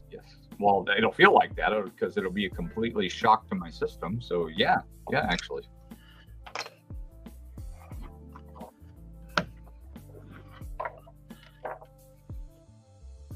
Here's the trust this body so far. That head looks so strange without the neck thing. Yeah, the neck, the collar. It kind of just looks like some ghoul is getting his getting kicked in the gooch, and he could still feel, of course. I got a question for Cannons. Yeah. Since you do, I don't know what this Sentinel is. I assumed these were 3D printed, but I don't know if they're 3D printed or molded. I have no idea. It's a little hefty. If it's heavy, it's probably molded. It's probably molded. Okay. Yeah, 3D. That's what I was curious about, because especially if you got it for $25. Yeah. If you 3D printed something like that out of resin, that's the only way it would be heavy, because the other plastic isn't really it's not very heavy. And typically they'll print it hollow. Well, that's what I was trying to figure out, because I want to. I don't know if I'm going to yet, because I kind of like this. It's just not done very well, but I like the color scheme. So if I decide to repaint it, I'm just trying to figure out. I know some 3D printed stuff and even some molded stuff, depending on what it's made out of, might, if I go on here with some paint thinner or anything, I don't want to damage it, you know what I mean, to take the paint off that's on here. Yeah. So I want to be careful with it. I think you could camouflage a lot of like the slop in the paint with a good wash. Probably, yeah. And it's been banged around a little bit, I'm assuming, because it's got like parts for the paint. You can see the black, which is the plastic was black underneath and stuff. So I don't know. It's cool. I do like I like the paint scheme. I like the kind of burnt red with the it kind of looks like gray.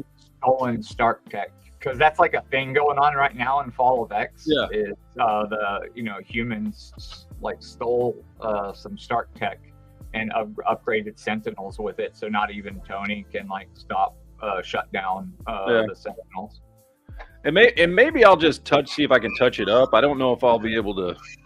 I don't know. Like, there's spots on it where like some of the gold needs to be retouched up and things like that. Some of the gold on the face.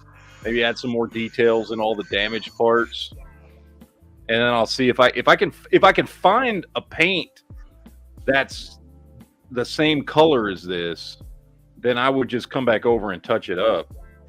But I don't know. I mean, even if you like almost like dry brushed a color that's close to it into that, it would kind of just look splotchy as the paint, and instead of like having to try to get a perfect match, trying to match it, having to it would just kind of look like paint slop instead. Yeah. If you want to determine exactly the material, if you find a spot on it that is painted, but you that isn't going to be like seen, you could take like your X-Acto knife and take the very, very tip of it and just scratch away. If it comes up and you start seeing like powder, that means it is printed.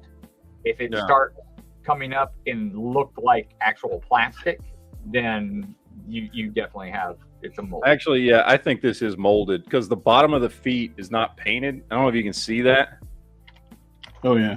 Oh, that's molded. That's molded. That's molded. Yeah.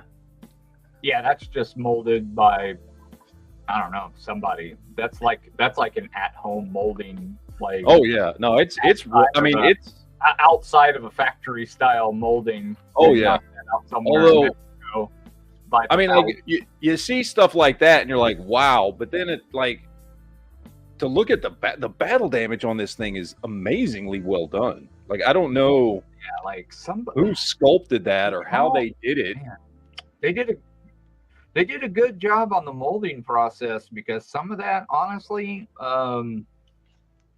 with the detailing on the battle damage, that stuff, when you're making those molds, I mean, you gotta run pressure pots and all that, run a pressure pot and stuff to get all the bubbles out. But still, that's a lot of little nooks and crannies where stuff can get trapped. So even if you run a pressure pot, I would assume they probably took an original Sentinel and made a mold from it and doing cheap injection molds.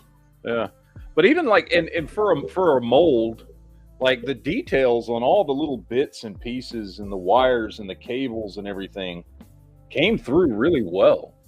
Like it's not perfect, but for $25, it looks damn good. Like, I mean, oh, it's worth every penny of that. I hope Quinn can come across some more of these. He said he got it from somebody, because we live down here on the border, so he got it from a collector that came over from Mexico and just oh, that's right, we're in the same state. Yeah. So, because I see people selling these all the time on like Facebook and stuff, and they're always asking for like $100 for them, which, I mean, I get it, I guess, but still half the price of a Toy Biz one. But like, yeah, I wasn't going to drop $100 on one of these things. Have you ever lived in any other border state? No. The only other state I've lived in was Colorado.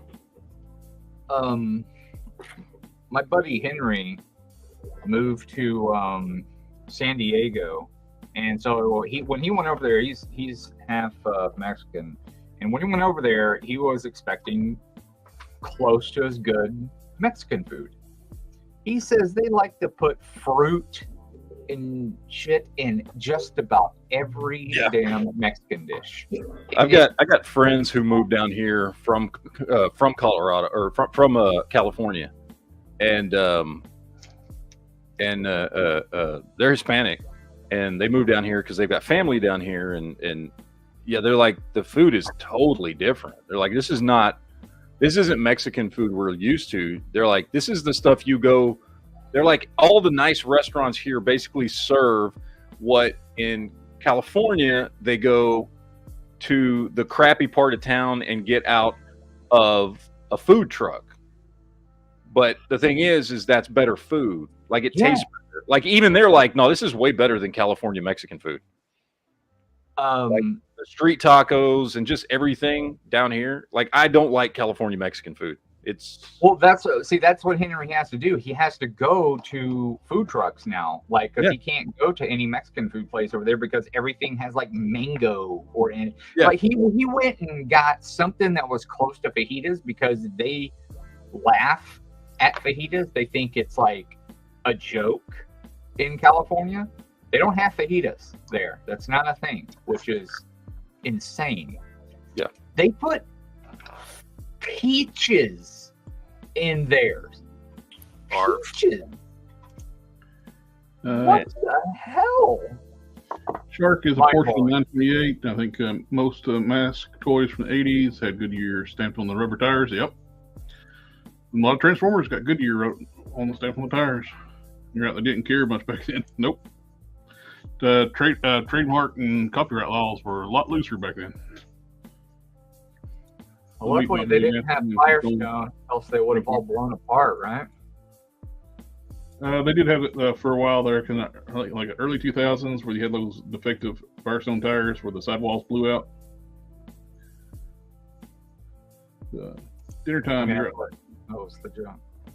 I get the sense that IDW was relatively successful with Transformers 2. Back in the day, they were. Right now, I don't even understand how they're in business because they don't make profit. Somebody is propping them up somehow. Their financial reports every year, they lose money.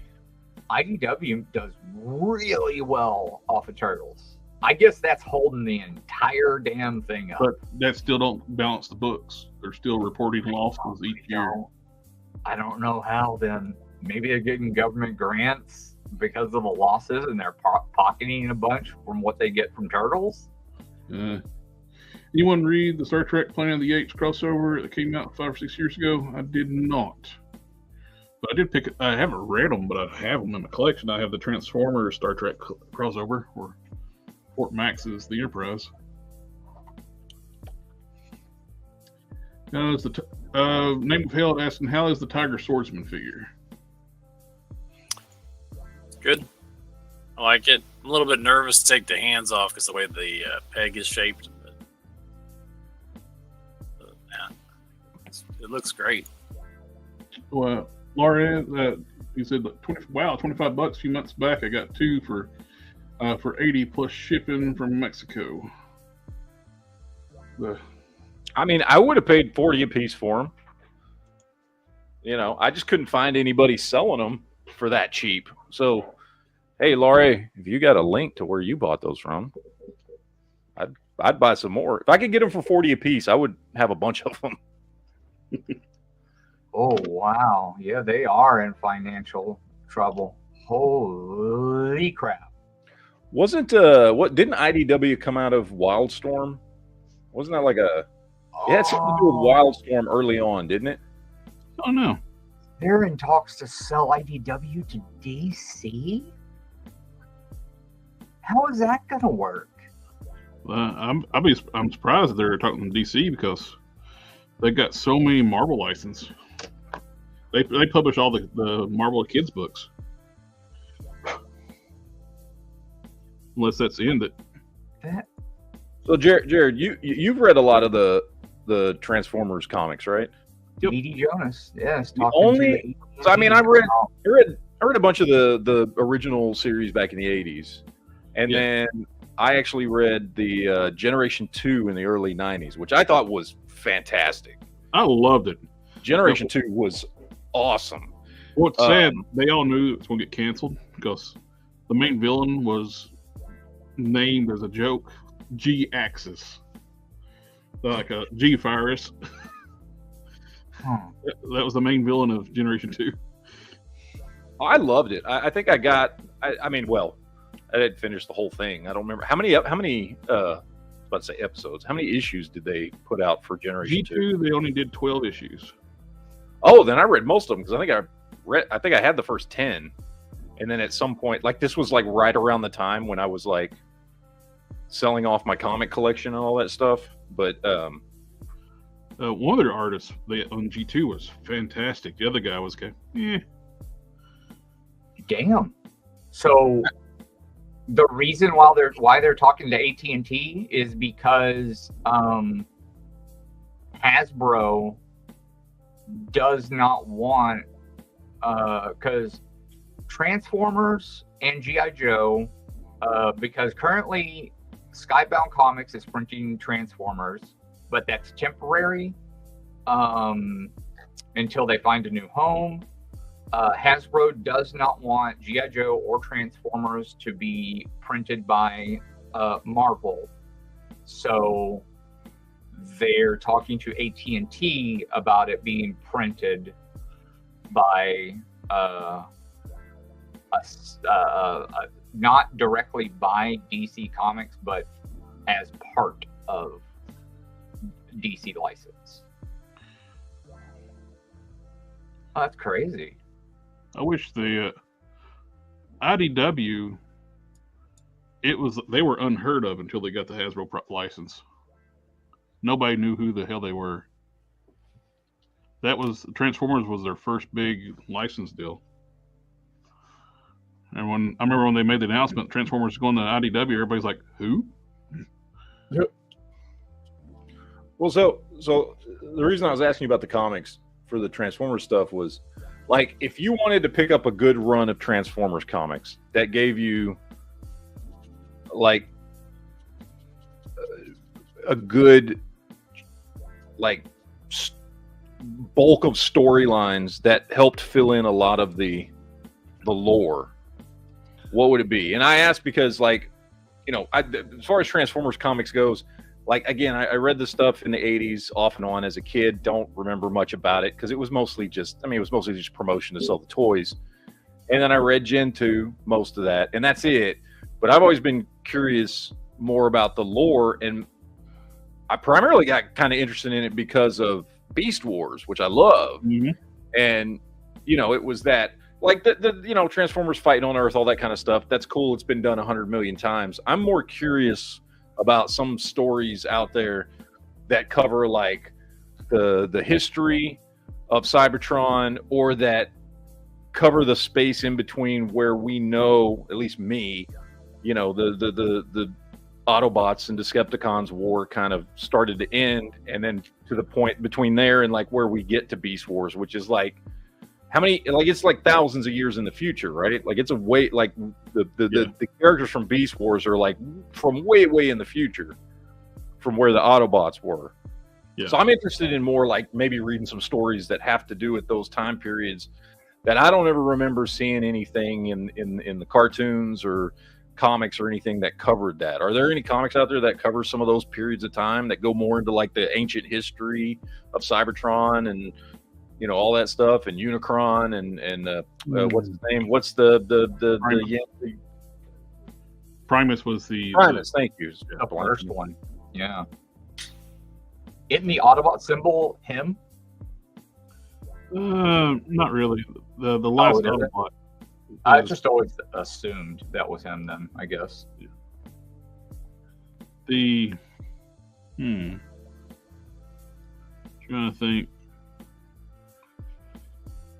Simon Furman, when he first started the IDW run, he was world building and doing a lot of cool stuff like that, and built like a lot of stuff in space. But you had some Earthbound characters, but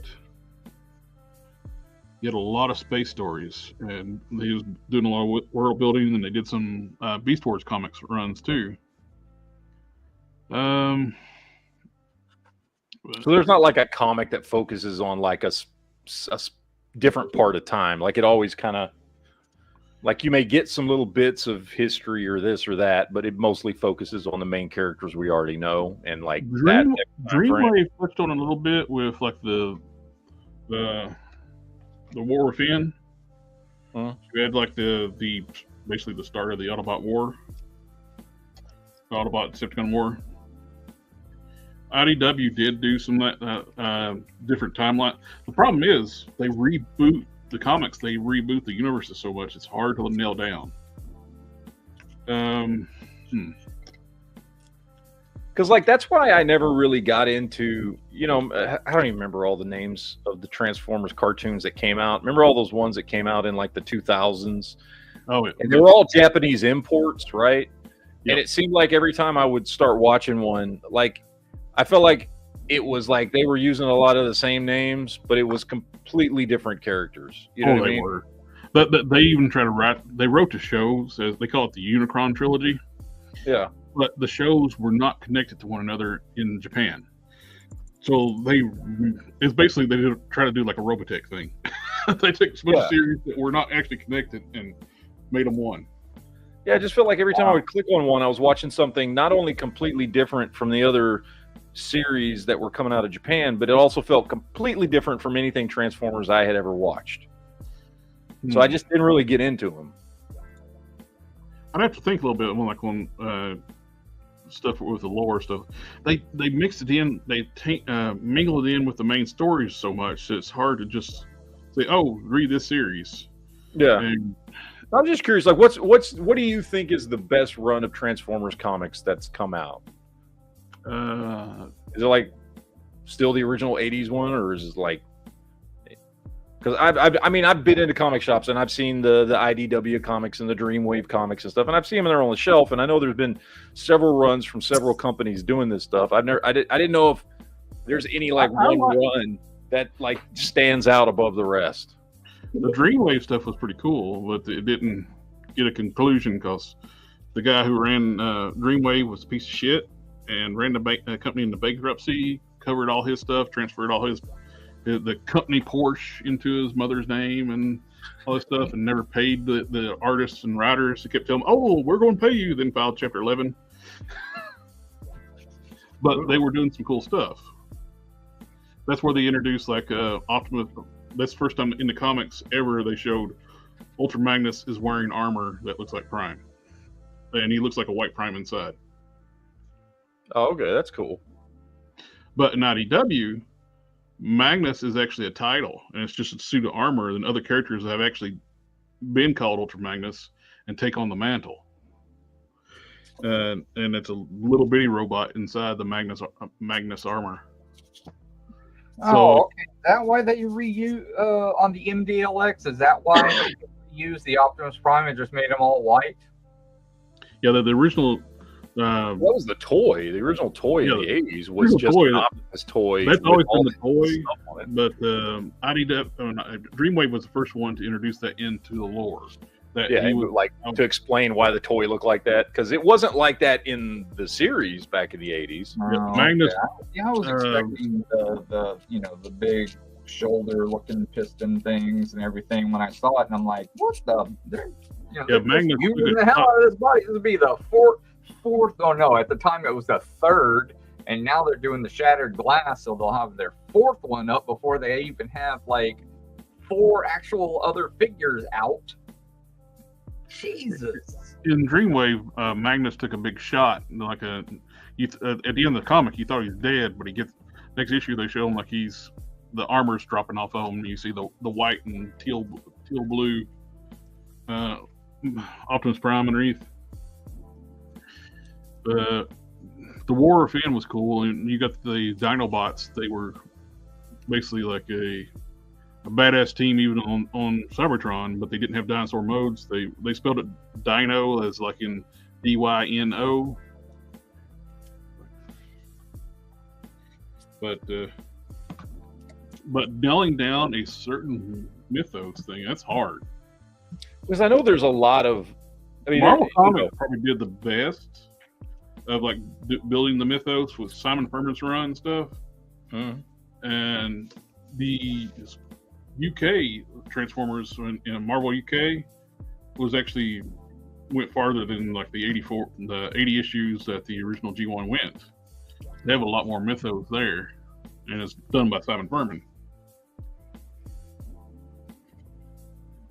So, I was just curious because and we talked about this before. I never like I was into Transformers as much as any kid was in the 80s. You know what I mean? Mm-hmm. But for me, and I think like because it was so tied into the toys, I never really got into Transformers, the toys or cartoon, as much as I got into everything else, G.I. Joe, Ninja Turtles, all that kind of stuff.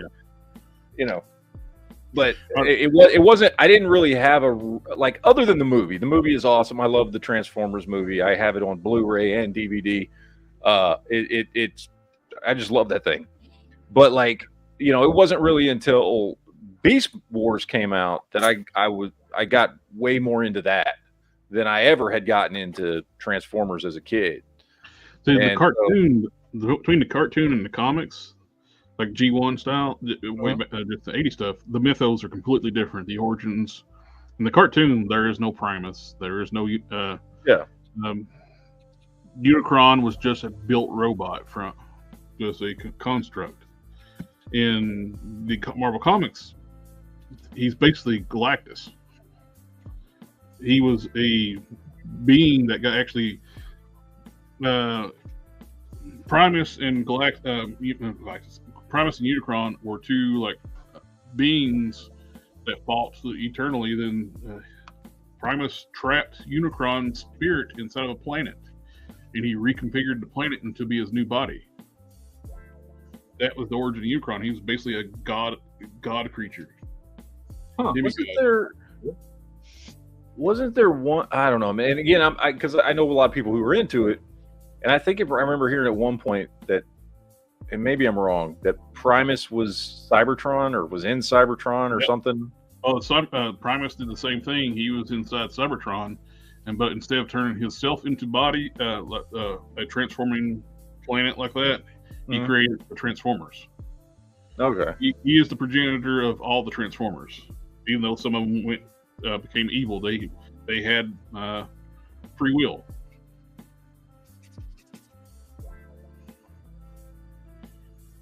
Now, did they stick to in that? Because I know in the cartoon, right? Like they didn't always transform, and they started out as just there was the builder robots and the the soldier robots or whatever it was. Yeah, in the cartoon, they introduced the Quintessons, and they were the actual creators of the Transformers. Yeah. They were basically product, and they became self-aware and rebelled against them, and they developed the Transform to, when the Civil War broke out, to help fight against the other parties. Yeah. It is very, very convoluted, so that's why it's like you're like, damn, how am I going? You can't really just. Okay, so what do you think is the best origin story for them? You think it's the Quintessons, or you think it's the Primus, or like? I like the Marvel comics where you got the Primus and Unicron. I like the idea of there being. Plus, it gives them. They're not just robots; they're living beings. Yeah. They're just silicon based, basically, and metal versus organic. Techno-organic, yeah. And G2 is one where they put in where they could actually create more. They developed a process that they got lost to time. They actually self-replicate it by basically mitosis. They split in two. And the G2 Transformers were the last ones, the Jaxus and his army were basically the last ones to actually be done that way. They were like the next evolutionary step. Why Jaxus was actually trashing the other Autobots, Megatron, Optimus, and Grimlock in a fight because he's more advanced. He basically was the next Megatron evolution type thing. Then IDW, he's a lackey. So you can't. It's all continuities. It's all screwed up. I love Transformers, but there's not one set continuity that you can really say. Yeah. Now, because I don't remember, because because it happened as I was a kid, and I can't remember. Was it right after the Transformers movie came out when they ended the original Marvel Comics run? Something like that. I can't remember. And I don't know if I ever finished all of them, but I know when Gen 2 came out, I started buying them, and I remember like not understanding when Gen 2 came out. I was like, okay, I'm not sure if this continues the storyline from the original comics, because I don't think I ever finished them, or is this an all new interpretation? I mean, it wasn't an all new interpretation because there was obviously, when you read the comics, it was constantly referring to other things, stuff that you could either tie back to the series or stuff that you could tie back to the original Marvel comics. G2 was originally set up as a sequel series to G1, but then IDW hired Simon Furman to come in and actually continue G1. So they did the 81 issue, starting at issue 81, and they went through basically where Earth was basically pretty well decimated. Yeah. Well, in G2, right? Wasn't it? And again, it's been a long time since I've read it, but I remember it was like there were some things in it that made it seem like, okay, the Transformers movie did happen. And then there were other things in it where it was like, okay, maybe it didn't. And I remember being confused as to whether or not that was considered canon in those comics. At the end of the Marvel Comics run, Unicron does show up. And so there is some parallels to that. And maybe that's what it was. It was just a different version of that story or something like that. I just remember reading it because I was older by the time Gen 2 came out. That was what, 92, something like that? I can't remember. Yeah, something like that. And, the other comics had been over for a while, and I was older, and so I was paying more attention than I ever had when I was younger, reading the first run in Marvel. And so I remember trying to figure out, okay, where does this fit in? Because in my mind, even though I'd read a bunch of the comics, in my mind, the top level lore was still the cartoon series and the movie. Like that was, what I knew the most. And it was always like, I can't, they would introduce characters that had been in the movie, but then they would make references to things that it's like, okay, well, clearly the movie must not have happened. So why is this character here? So I don't know. I ask these questions because I know you know way more about Transformers than I do. So, well, the movie characters were in the comics, like a Hot Rod and Cup and those, but Cyclonus and Scourge came from an alternate. In Marvel, the movie events happened, but Galvatron won, and Rodimus was dead, and the Autobots were basically only a few of them left. Then Unicron pulled the Galvatron from that universe to the main Marvel Transformers universe to be his herald because he's was successful. Yeah. The Unicron was destroyed in that universe. That that the Decepticons won. So he pulled Megatron from that universe, brought him over. That's what, and Cyclonus and Scourge went too, but they were later on killed. So that's why you could have characters, Megatron and Galvatron, in the same place, and even though they're the same character, they can coexist because it's alternate universe shit. It's comic books and shit. Multiverse. It's very convoluted. So the Galvatron actually stays on this Earth, and he gets in G2 when Fort Max fights him.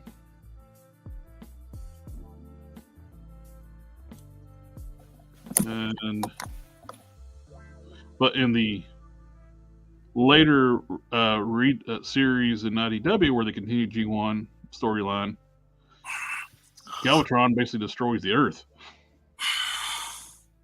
Basically, nearly wipes out humanity. Oh, shit. Most of the planet's a desert because he decimated it.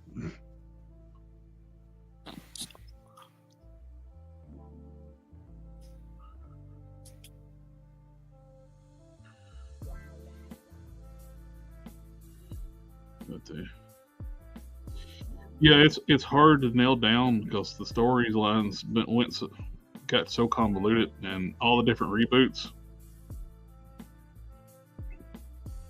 You almost have to do like amalgamation if you know enough about it. Like, what do you want to have as your canon? Yeah.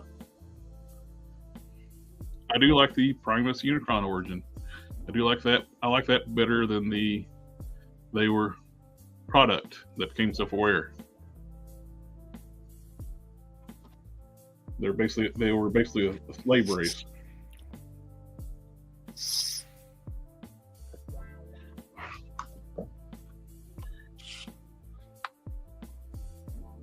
Let's see what the chat.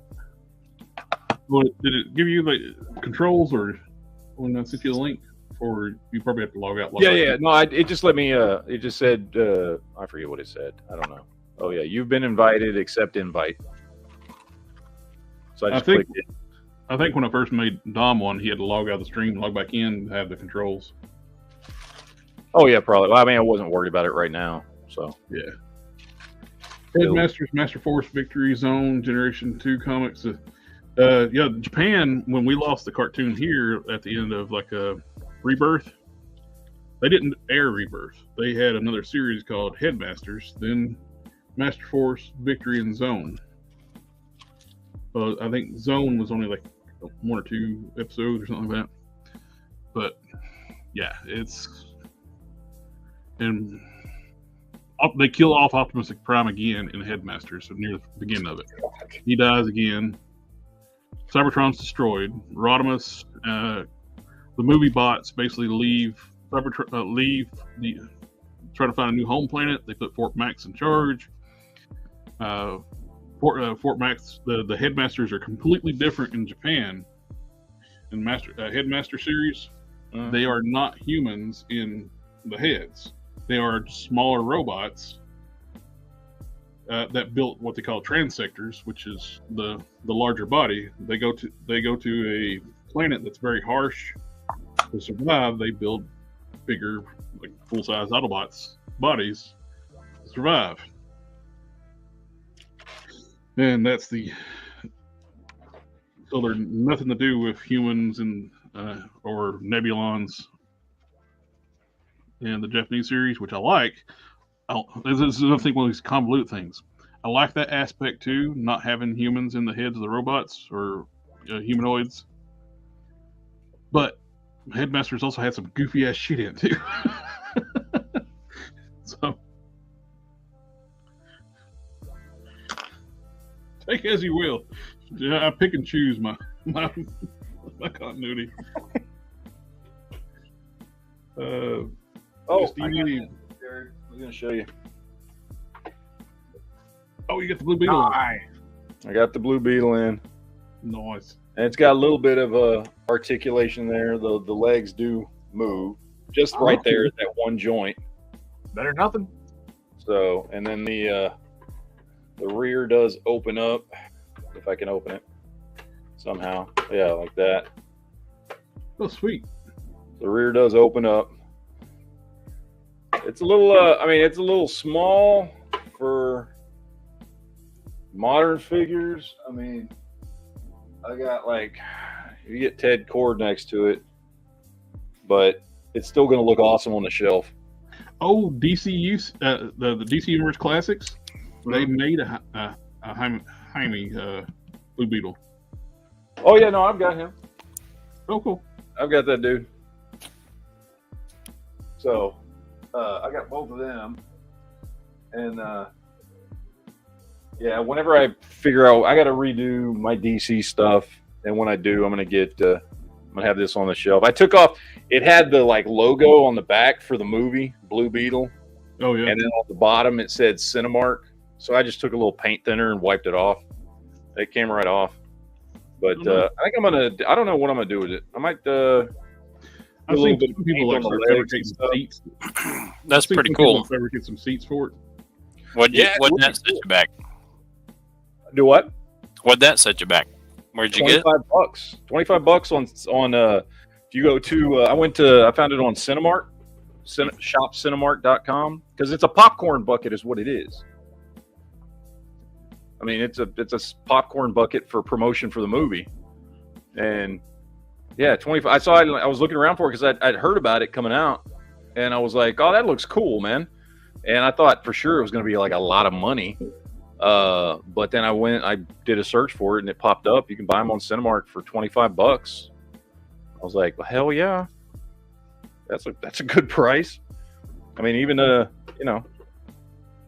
was even though it's not the right size for the stuff that I collect, it's still going to look cool once I get the shelf set up. So, as Todd would say, it's all about perspective. You just got. It's all about perspective. Yeah. See, look, he's the right size. Oh, there you go. Yeah. See, he's the right size. See, it works. It works. So yeah, my buddy Henry, he did go get one of those, or it might be. And what I mean by one, he went and got about, I think he said 20 something of them from the people that would throw them away in the garbage. So he would go trash digging, and he's one of the people that selling them online. Wow. Oh, the last good modern Transformer series. Guess the put it on here. Transformers Prime was done really well. Was that the one that was on Hub? Yeah, it started on Hub. Yeah, I watched that one. That one I did watch. It's the one that had what was it? The Rock did the voice for Cliff Jumper in the first episode and then died. Yep. Yeah, I watched that one. And then who was the big dragon transformer at the end that was King? There you go. Yeah, I haven't watched it since it originally came out. It was cool. It was basically they were mixing movie-verse styles with G1 styles, and and the balance between the two was pretty cool. I liked it. It took a while to get used to no noses. Yeah. Oh, that was good. I watched that one. Me and my son watched that one when it came out, and that one was done pretty well. I liked that. It was a good. That was a good show. It was a good series.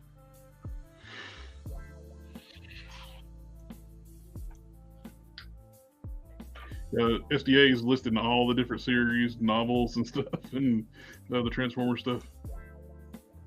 Sector 2813 at Canon. Where did you get the Master Wing from? BTS finally shipped out my werewolf from Fury the other weekend. I got it on Amazon. Ah, cool.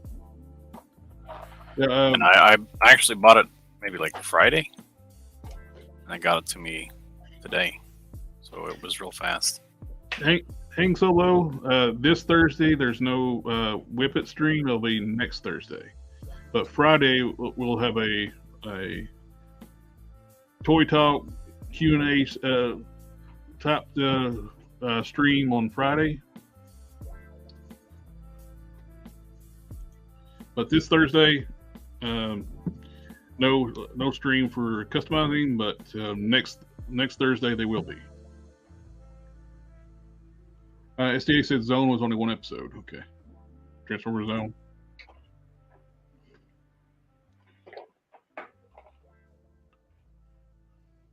Yeah, it makes it the official end of G1 Zone.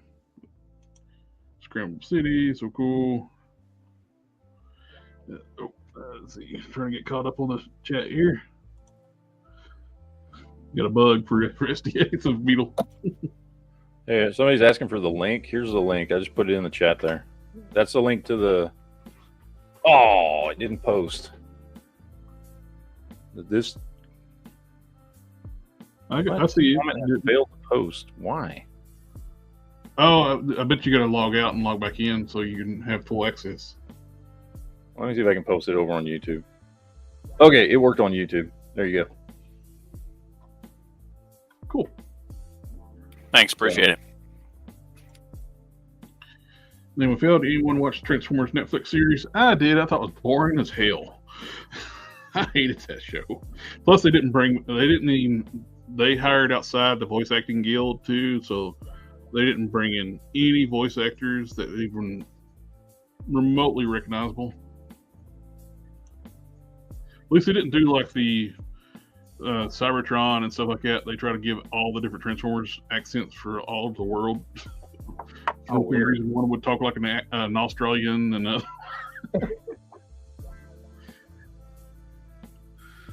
right, gentlemen, I have to cut out. All right, buddy. It's getting late. Have a good evening. Have a good night. Yeah. Oh, I also, for anybody in here that wants that, I put the link in the private chat too in here. For if anybody wants a Blue Beetle popcorn bucket for $25. So. So I think Wong, I heard that PowerCon was pretty good. I think most companies revealed new figures during SDC already. Thank you, sir, and have a good night. Yep. I will see y'all. Well, Jared, I'll see you on Friday. Yes, sir. All right. Have a good night. Right. Later, guys. See y'all next Sunday. Later. Have a good night. For it to already have a pretty nice metallic finish, and just have a nice open interior, so like you could make some kind of interior for it. It's pretty dope. I'm sure that's what Canon's looking at, going, consoles and chairs and things that could light up. Question: return of the Mystery of Convoy, 13 January 2015, March 2022 quarter. I'm not sure what your question. Return of the Mystery of Convoy, 13 January 6, 2015 through March 31st, 2015. Question: Transformers. I don't know what that is. Sorry. Saru Nikion Inomomichi. Zoom type.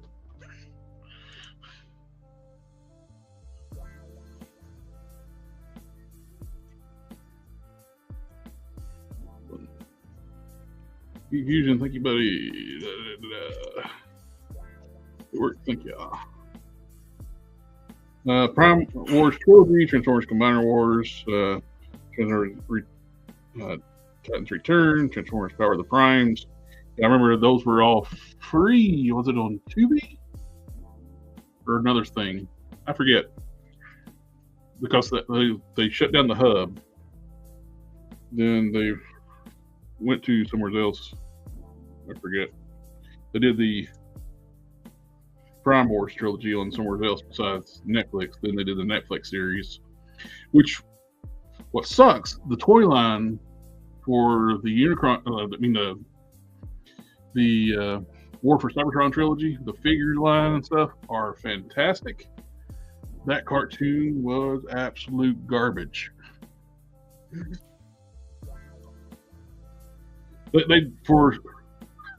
This is how stupid they are. When they did the models, show models for the characters, they made them look just like the toys. Megatron had the little wheels on the back because the tank treads don't work on the toy.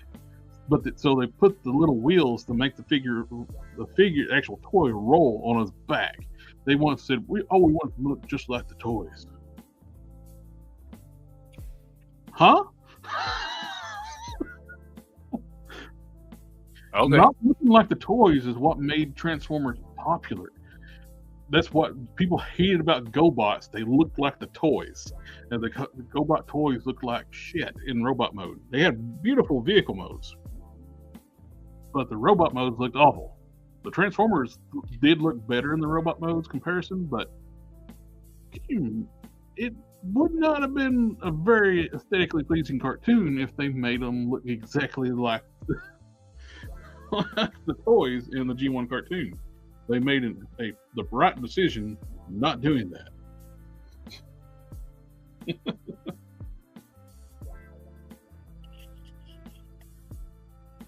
What's a question? Return of the mystery of Convoy.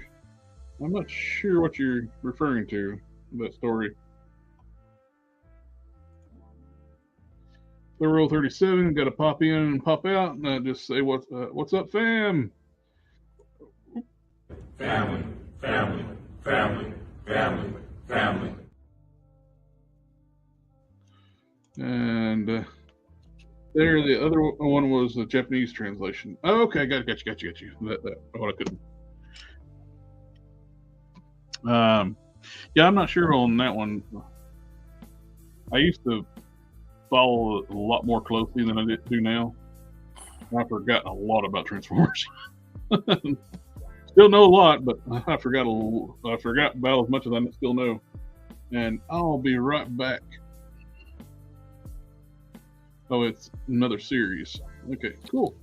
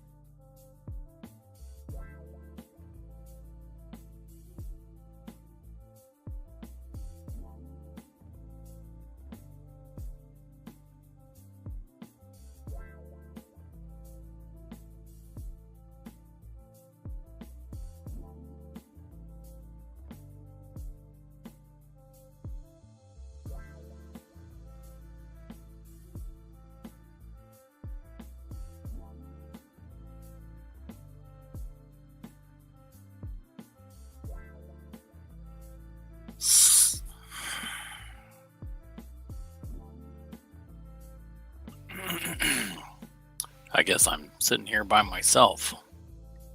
Nope. Oh, you're there too, huh? No, I was trying to figure out the clearance on this one notch because I don't want to. Well, I'm painting white over this black, and yeah, I don't. Glad y'all kept the conversation going while I was gone. The what? I was being sarcastic, but like y'all keeping the conversation while I was gone. It was like quiet the entire time until I get ready to sit down. You know what a big talker I am. Yeah, a huge sense of humor too. talking about how he laughs at everything I send him. It's not my fault that you send me stuff that isn't funny. Name of Bill now want robots redone as better robot modes. The GoBot molds are actually part of another line in Japan. They're actually been doing some really cool. They did in the past anyway. I don't think they're still doing them now, but I can't remember the name of it. But as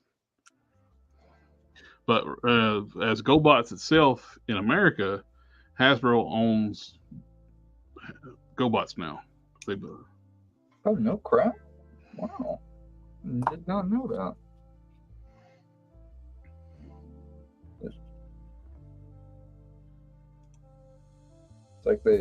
It's like when they buy out their competitor just to shut them down.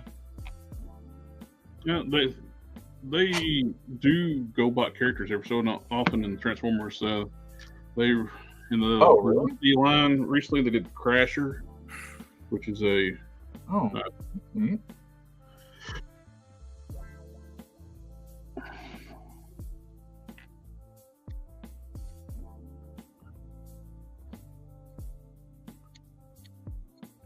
but when they do Crasher though, it's usually just a Mirage repaint. That's what it was.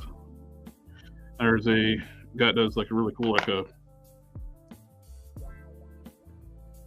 upgrade parts for Transformers. He made new heads for it, which actually looks like Crasher, made it look female. So just being a Mirage head, which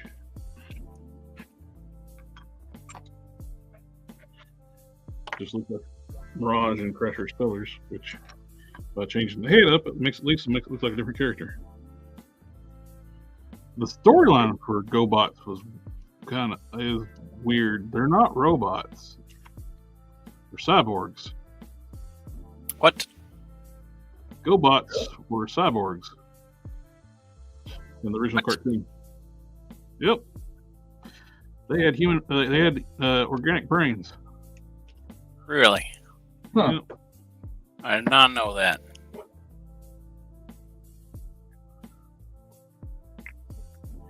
The conditions on their home planet got really bad, so they made artificial bodies for themselves. Yeah, I didn't know that. The GoBots, the GoBots.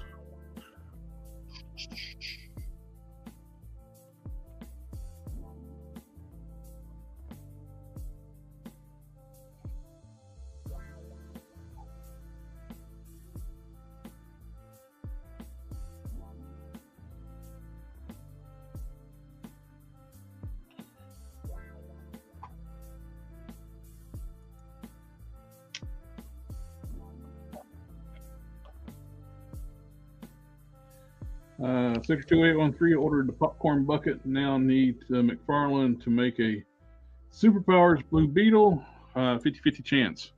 Ooh, that would actually work great with Superpowers figures.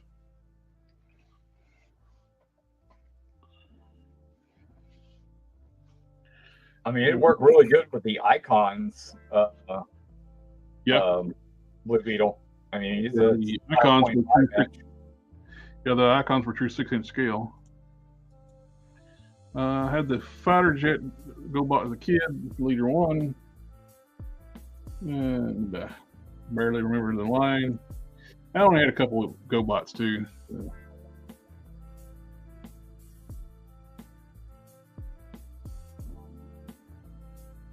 Yeah, I'm surprised you don't have more Blue Beetle merchandise out on the shelves. Not like they didn't know this thing was coming. It was like delayed, and fast as he pumps out figures, like, dude, why don't you have the shit out? Oh yeah, that's not Batman.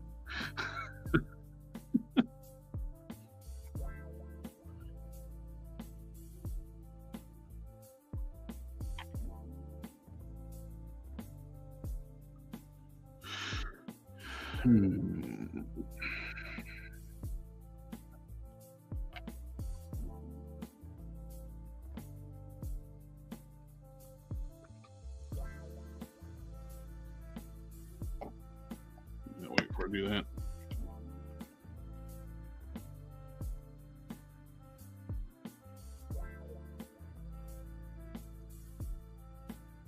Too bad he only had the statue for Blue Beetle. Yeah, you think you would have that figure out on the shelf. All the stuff he did for Flash, he didn't do, which was a shit movie, and he didn't do anything for Blue Beetle except for a statue.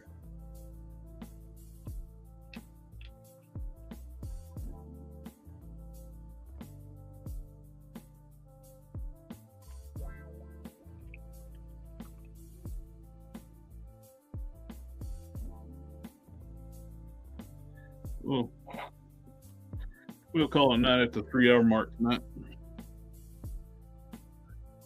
So it looks like I don't know if anybody's following this, but Warp Capital did buy Subway for $9.6 billion, and not even 24 hours later, they've already said that they're shutting down every single Subway, and they're all going to be replaced with Jimmy John's. Wow. That's fucking crazy. That seems really stupid. But you were buying that for the brand. You weren't buying it for. Literally bought it to take out the competition. $9.6 billion to shit on the competition. That is bold. I guess we'll see how that works out for them. Yeah, well, they're worth $237 billion in assets alone. Yeah, so I think they got the money to risk. Let's see, what do they own here? This is some of the brands. Some of the brands they own is Arby's, Baskin Robbins, Buffalo Wild Wings, Dunkin', Jimmy John's, Sonic, Nothing Bundt Cakes, some other bullshit, Carl's Jr., Hardee's, Auntie Anne's Pretzel. God, so many. Just like 50 different kinds of companies. It's very surprising they were allowed to do that with owning that much stake in other companies. That seems like that would be. Yeah, you think that would be monopoly. You think that would be a monopoly, right? Considering how hard that they're. Disney had to get permission to buy Fox. Yeah, and look how hard. They couldn't just buy Fox out because I'll offer you this money. They had to get permission from the FCC and the federal government. Look how hard that they have been fighting the Blizzard Activision Microsoft merger. And that is probably the best merger that could happen for inclusivity. And not to mention because Microsoft, they want to instantly launch federal investigations on everybody involved with all of the sexual harassment suits, and include all of the higher ups, including Bobby Kotick, the CEO of Activision Blizzard, in said investigation, because they all have to answer to the top, so he'll be included, so he'll have to talk to somebody, but I mean, he's not going to get in trouble, he's too rich to get in trouble, but essentially, they want, because that's how they do it there. They have to, because they've gotten so much trouble in the previous years over all that kind of controversy. But yeah, they I guess maybe that's why the government has blocked it so hard, is because they're so adamant about straightening that company out so hard. I almost worked there back when it was really, really bad. I have I like 4 or 5 friends that worked there, but only 2 that still work there. And they're so high up in the company now that Oh, there you are. they're kind of immune. I was sitting there like, I just had that in my hand. What did I do with my flat black paint? That one. This guy.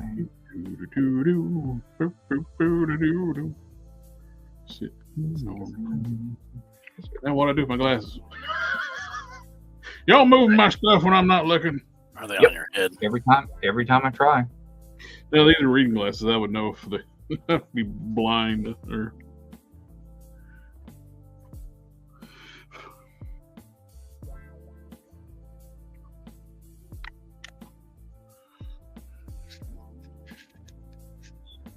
So I'm gonna have to use this one. Don't really want to use this guy. I might have to. So that meme of like where like when you had a tool in your hand just 5 seconds ago. Where? Yeah. Doesn't exist anymore. I'm adamant about this. Like I firmly believe that there are some things that fall into a void that is just doesn't, something just goes away. Bye. Doesn't exist anymore. I'm just forgetful where I put stuff. I don't think there's a, No way. I don't think there's a pocket dimension where my stuff's going to. Gotta be. Shenanigans. It can't be just you misplacing stuff. No, it's full shenanigans. And quit trying to say it's otherwise. That's where Optimus Prime stores his weapon, his weapons, and his trailer. Yeah. Subspace. See?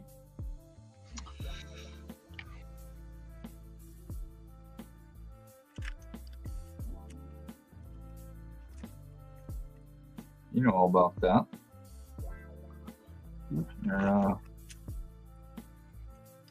I like the accountant version of the Transformers the best. They're form transfers, submit in triplicate. It's the best one. We used to mess with my my nephew about all of it because he really liked the movies a lot, and so we'd do everything we can to tease him about stuff like that. I came up with that one. It used to aggravate the hell out of him. It was great.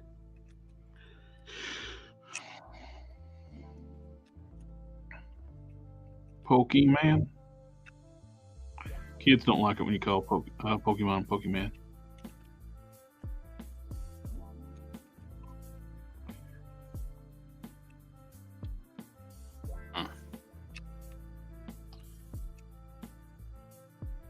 It's Pokemon. Are you sure though? Yeah, it's what it is. Have you? Then you just like, well, that's what I said. Pokemon. So you tell them, well, I've watched the Japanese version where it comes from, and that's what they call it. They'll just it's worse if you just say like, that's what I said. Pokemon. It's Pokemon. Yeah. What I say? Oh yeah, you're right. It's Pokemon. I mean, it's Pokemon. Oh, thanks for the correction. It's Pokemon.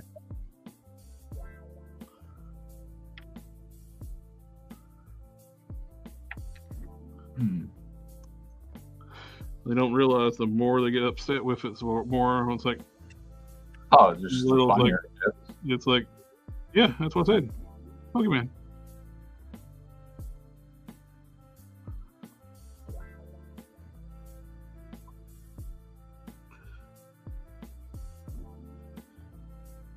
I'm just doing the duck season, rabbit season thing, and if they say it the way I said it, I would switch to the proper way to say it. But they never do. They just get more upset. Hang Solo, are you talking about the thing on Rourke Capital? He was asking you what are you talking about? What article was it? Yeah. About I would assume that's it too, about the subway. I'm just looking it up on Google. and I'm not actually even going into any of these news articles. I'm basically going over, and I have an add-on that opens up the page, and I'm scrolling through the page.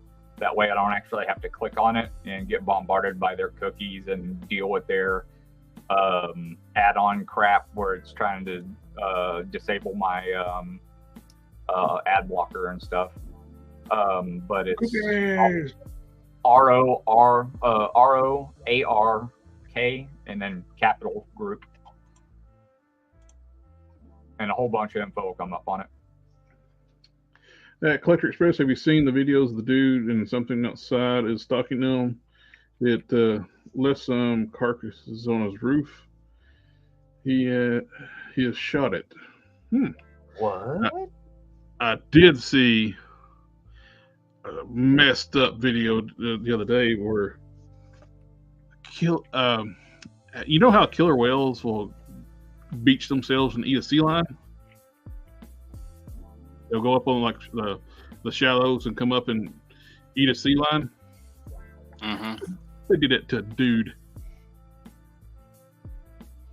Beached themselves to lure the dude in and then ate him. No, he was just standing at the edge of the water at the ocean. He was just walking around on the edge of the water, and a killer whale just comes up and snatches them, and two of them tear them apart. See, it's not killer whales. This is a thing that's been going on for the last 2 years, and they're suppressing this crap. I swear it's a conspiracy theory. I don't want to go off because I will. They're called killer whales for a reason. They're flipping over boats, and a lot of people are saying it's because like they're getting into their like mating areas, or they're getting there's like one matriarch that a boat, you don't think they've gone to war, messed them up, and now they're aggressive towards boats. But the trouble is they're finding very little of the bodies left to identify. That's because they're eating them. It's because they're eating them. So if they were just pissed off at the boats and that's why they were mad, they would just chomp them a couple times and haul ass. But if they're just leaving like a leg left, an arm, a little bit of a torso left, yeah, that's called a meal, bro. And when they're doing it at an exponential rate, because they're having a hard time finding like seals and stuff to eat, they just up their game. They're like, man, well, we can't find any seals, might as well eat these long pigs.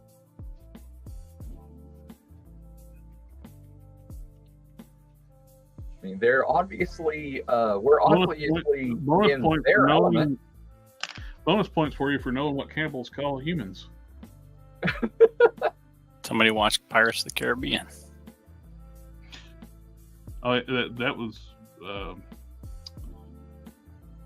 I don't know if you remember, like, I don't know if you guys ever seen like the Faces of Death videos back in the day. I know what you're talking about.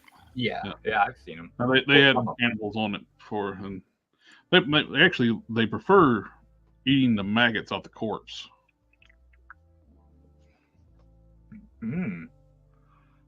Why? Yeah. That's what they do. So I watched. They like that, but they'll eat the people too. But they like the maggots, the big fat maggots.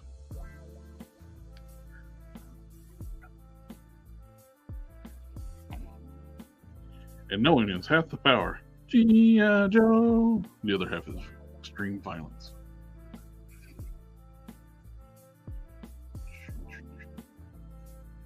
Oh, Hang Solo, they some of the subways are being replaced with Jimmy John's that don't have a Jimmy John's in that area. But if there's already a Jimmy John's within the area, I guess they're going to change it to something else, I suppose. Or if it's like a franchise, then they're just like, yo, dog, you're SOL. Or they got to like at least maybe they'll leave it up as a Subway as long as the I don't know, how's that gonna work, because there's so many of them are franchised. Like, I thought you could have a franchise as long as you pay it. Like, I don't know. I don't understand how it works, so I don't know. Name of Hell, those killer whales watched the movie Orca. Or maybe they just watched the new Meg 2 and they just got really excited because they're like, yeah, we want in on some of that action. Originally they were called whale killers, yeah, but they kill whales. They kill. You watch them too. Like, I've seen like where a seal thinks it's safe on an iceberg, and they'll just charge the iceberg, like the floating ice, and flip the ice, or bust it up. They're incredibly smart, and they're like as smart as like a fully grown human. Some of them say they have IQs like in the 120s. Like, yep. Orcas are pretty much land sharks. They come up and get you on a beach. Land shark. Candygram. If somebody knocks on the door and says Candygram, be very suspicious.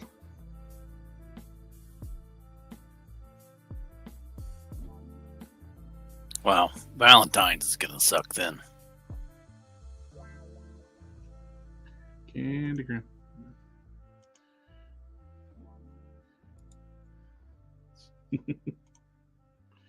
There's a place in downtown Houston that has a Starbucks on every corner and two right next to each other. It's fucking insane. And it's right next to a mall, and that mall has 6 Starbucks inside of it. This seems like a waste of space. There's always lines at every single one of them. That's crazy. And I think either 2 or more of them are 24 hours.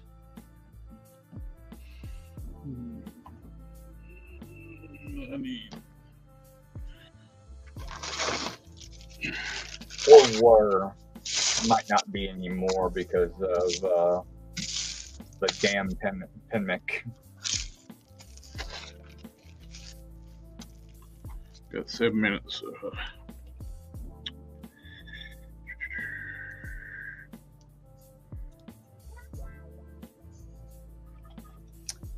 Saw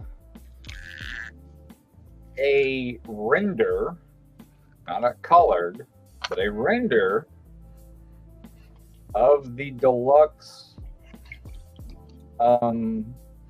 Mafex Colossus today. Cool. What? The Mafex deluxe Colossus. My buddy showed me. He's the one that Nosferatu. He's the one that does all the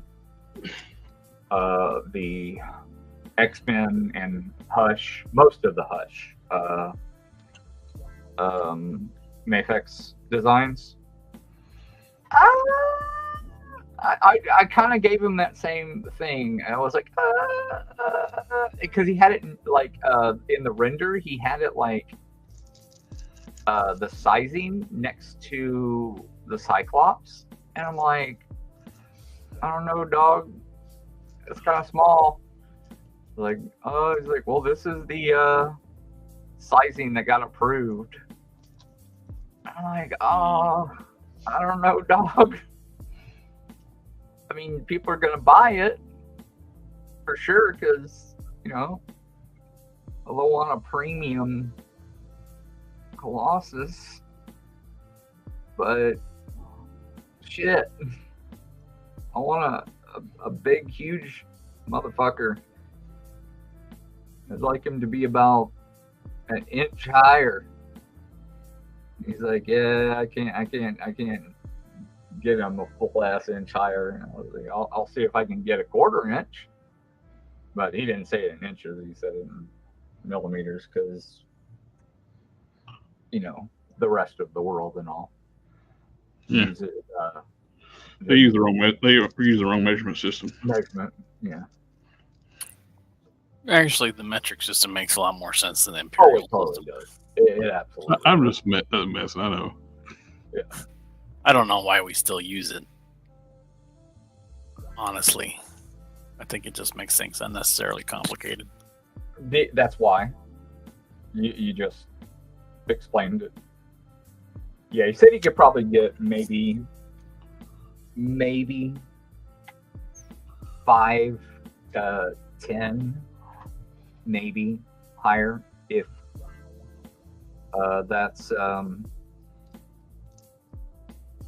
if he changes a few things. But the problem is, the higher he goes, the skinnier it's going to make him look, because he's not going to be able to make him any whiter.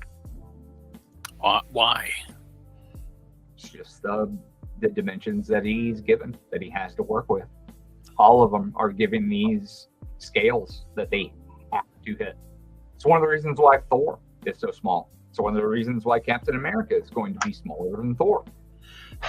The Hawkeye that's coming out is going to be about 2 to 3 millimeters taller than Captain America. They have these certain scales they have to work off of. There is this lineup of the Avengers, and this exact lineup was given to the CEO, president, whatever, of Medicom, and said, this is what you're allowed to make. And he is so by the damn book on this lineup that he won't let anything else happen on this specific thing. Nosferatu is able to get away with like making the Mafex stuff actually look, actually be closer to 6-inch, and the X-Men stuff closer to 6-inch, because he doesn't have one of these scales that he has to work off of. So because Marvel didn't give him some arbitrary bullshit that they had to work off, because they didn't have Bandai riding their ass. Because Bandai holds so many rights to like exclusivity rights to like Marvel stuff there in Japan, that they don't have any reason to make the product if they can't also sell it there in Japan. So they don't want to just do that. They actually, would like to sell it to their, people in their own country, even though a massive, more than 75% of their customers from Medicom are actually from the U.S., whereas it's completely the other way around for Bandai. Like Bandai, less than 20% of their income comes from the United States. That's why they don't give two shits about when we give them feedback from the United States. We ask them constantly, hey man, we'd like the scales to be bigger. We'd like this to be bigger. They don't care. They're not making this stuff for us. Like, man, we want you to make such and such. Well, they're not ever going to make that because they don't like that. That's why they're like, why the hell are they making a Jamiroquai figure? It's because Jamiroquai is huge in Japan at karaoke. It's massive, and that's why. Michael Jackson, huge in Japan at karaoke. That's why they made those Michael Jackson figures. It's just it's all about what is popular for them over there versus what the market is like over here. I'm just lucky that I got somebody that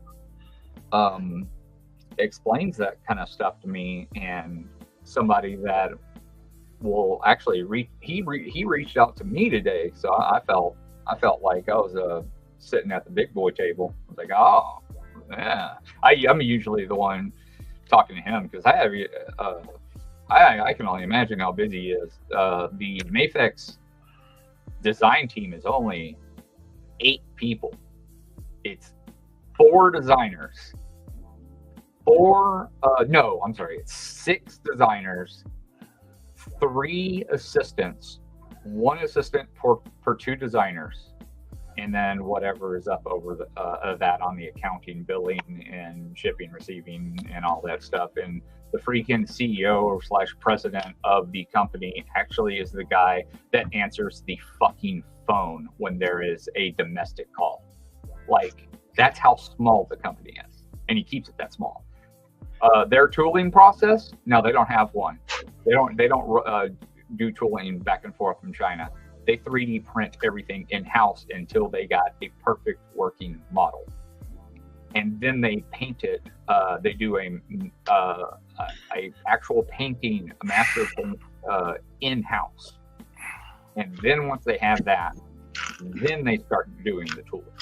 That way they can check everything, tolerances, everything. That's why it takes so damn long, and why they're constantly late. It's pretty cool, though. I like knowing the process, at least.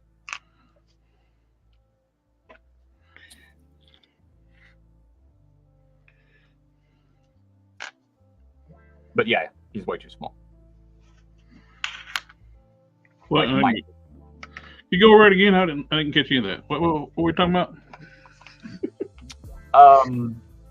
The migrations of swans and why you should stay the fuck away from them compared to a goose.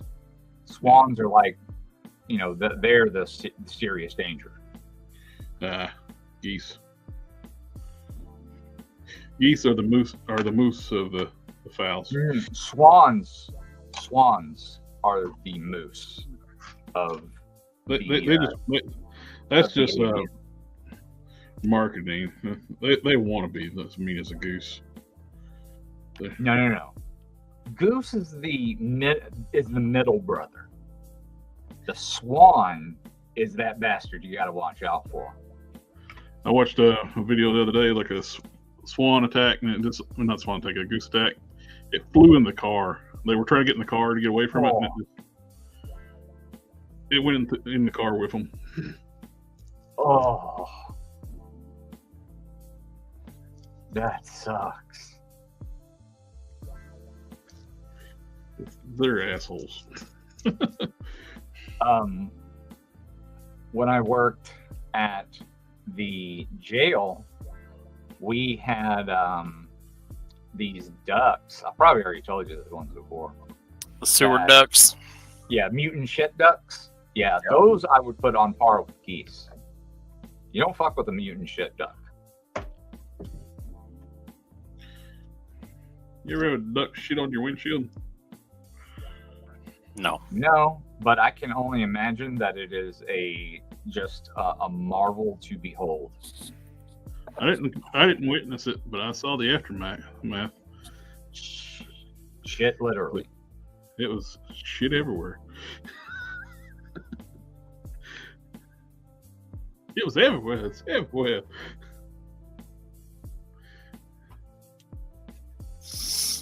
That is impressive. When I used to rent a thank you for showing me duplex near the lake. Several years back, the lakes have ducks. I went out one morning to go to work, and I was like, "What the hell?" Was it on yours? Oh yeah, it was on my truck. Oh gosh, Jesus! See the mutant shit ducks. See, ducks have their bills have. They kind of have teeth. You can't really see them so much.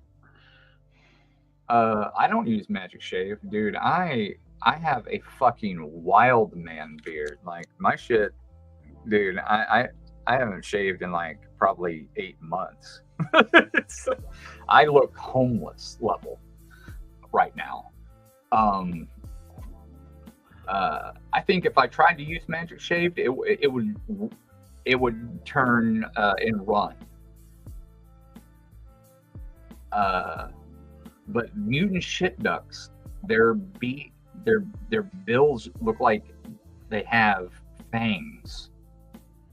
It's like Daffy Duck when he was like when he was like Count Dracula in the old Looney Tunes shit. It's pretty wild. That's just weird stuff growing all over their heads. I'm gonna have to call it a night pretty soon, guys. Yeah, I'm getting ready to check the chat. And anyone use Rust-Oleum 2X clear sprays? Are they good for clear coat? I'm not a fan of them. I've tried them before, and that's basically ruined the project I was working on. I ended up having to strip it off. Sometimes they can leave an orange peel and give you unwanted texturing, right? That's what I heard. Should I use the gloss then the matte then for better protection? The best sealer like I've mentioned before that I've used, it's a little pricey, but is the Duplicolor Automotive Top Coat. That's the best hardened sealer. Then I go over it with a Mr. Hobby matte for light finish. Dang, just bought a can today. Well, sorry. I think so. I mean, you might be able to mist it on there and see how that works for you. Later taters. Thanks, fellas. Laters. $5. Definitely need that can. But yeah, it's a lot more cost effective, but I just don't have good luck out of it. Or $15, I'm sorry. Oh. Get that receipt. Take that whole back. Everybody in the chat, thank you again for coming out and hanging out with us tonight. Always a pleasure getting to talk to everybody and answer as much questions as best we can. And remember to do all that wonderful YouTube and stuff as like and sharing, comment, and subscribing. So if you're here, you're more likely subscribed anyway. But if you hit that like button, it does help. It gets feeds the algorithm. And after the stream goes off, you can comment too. That helps too. Because the YouTube does not recommend stuff very well. That is the damn truth. Especially when you start kicking ass on the videos. Everyone have a good night. We'll see y'all next time. All right, take care.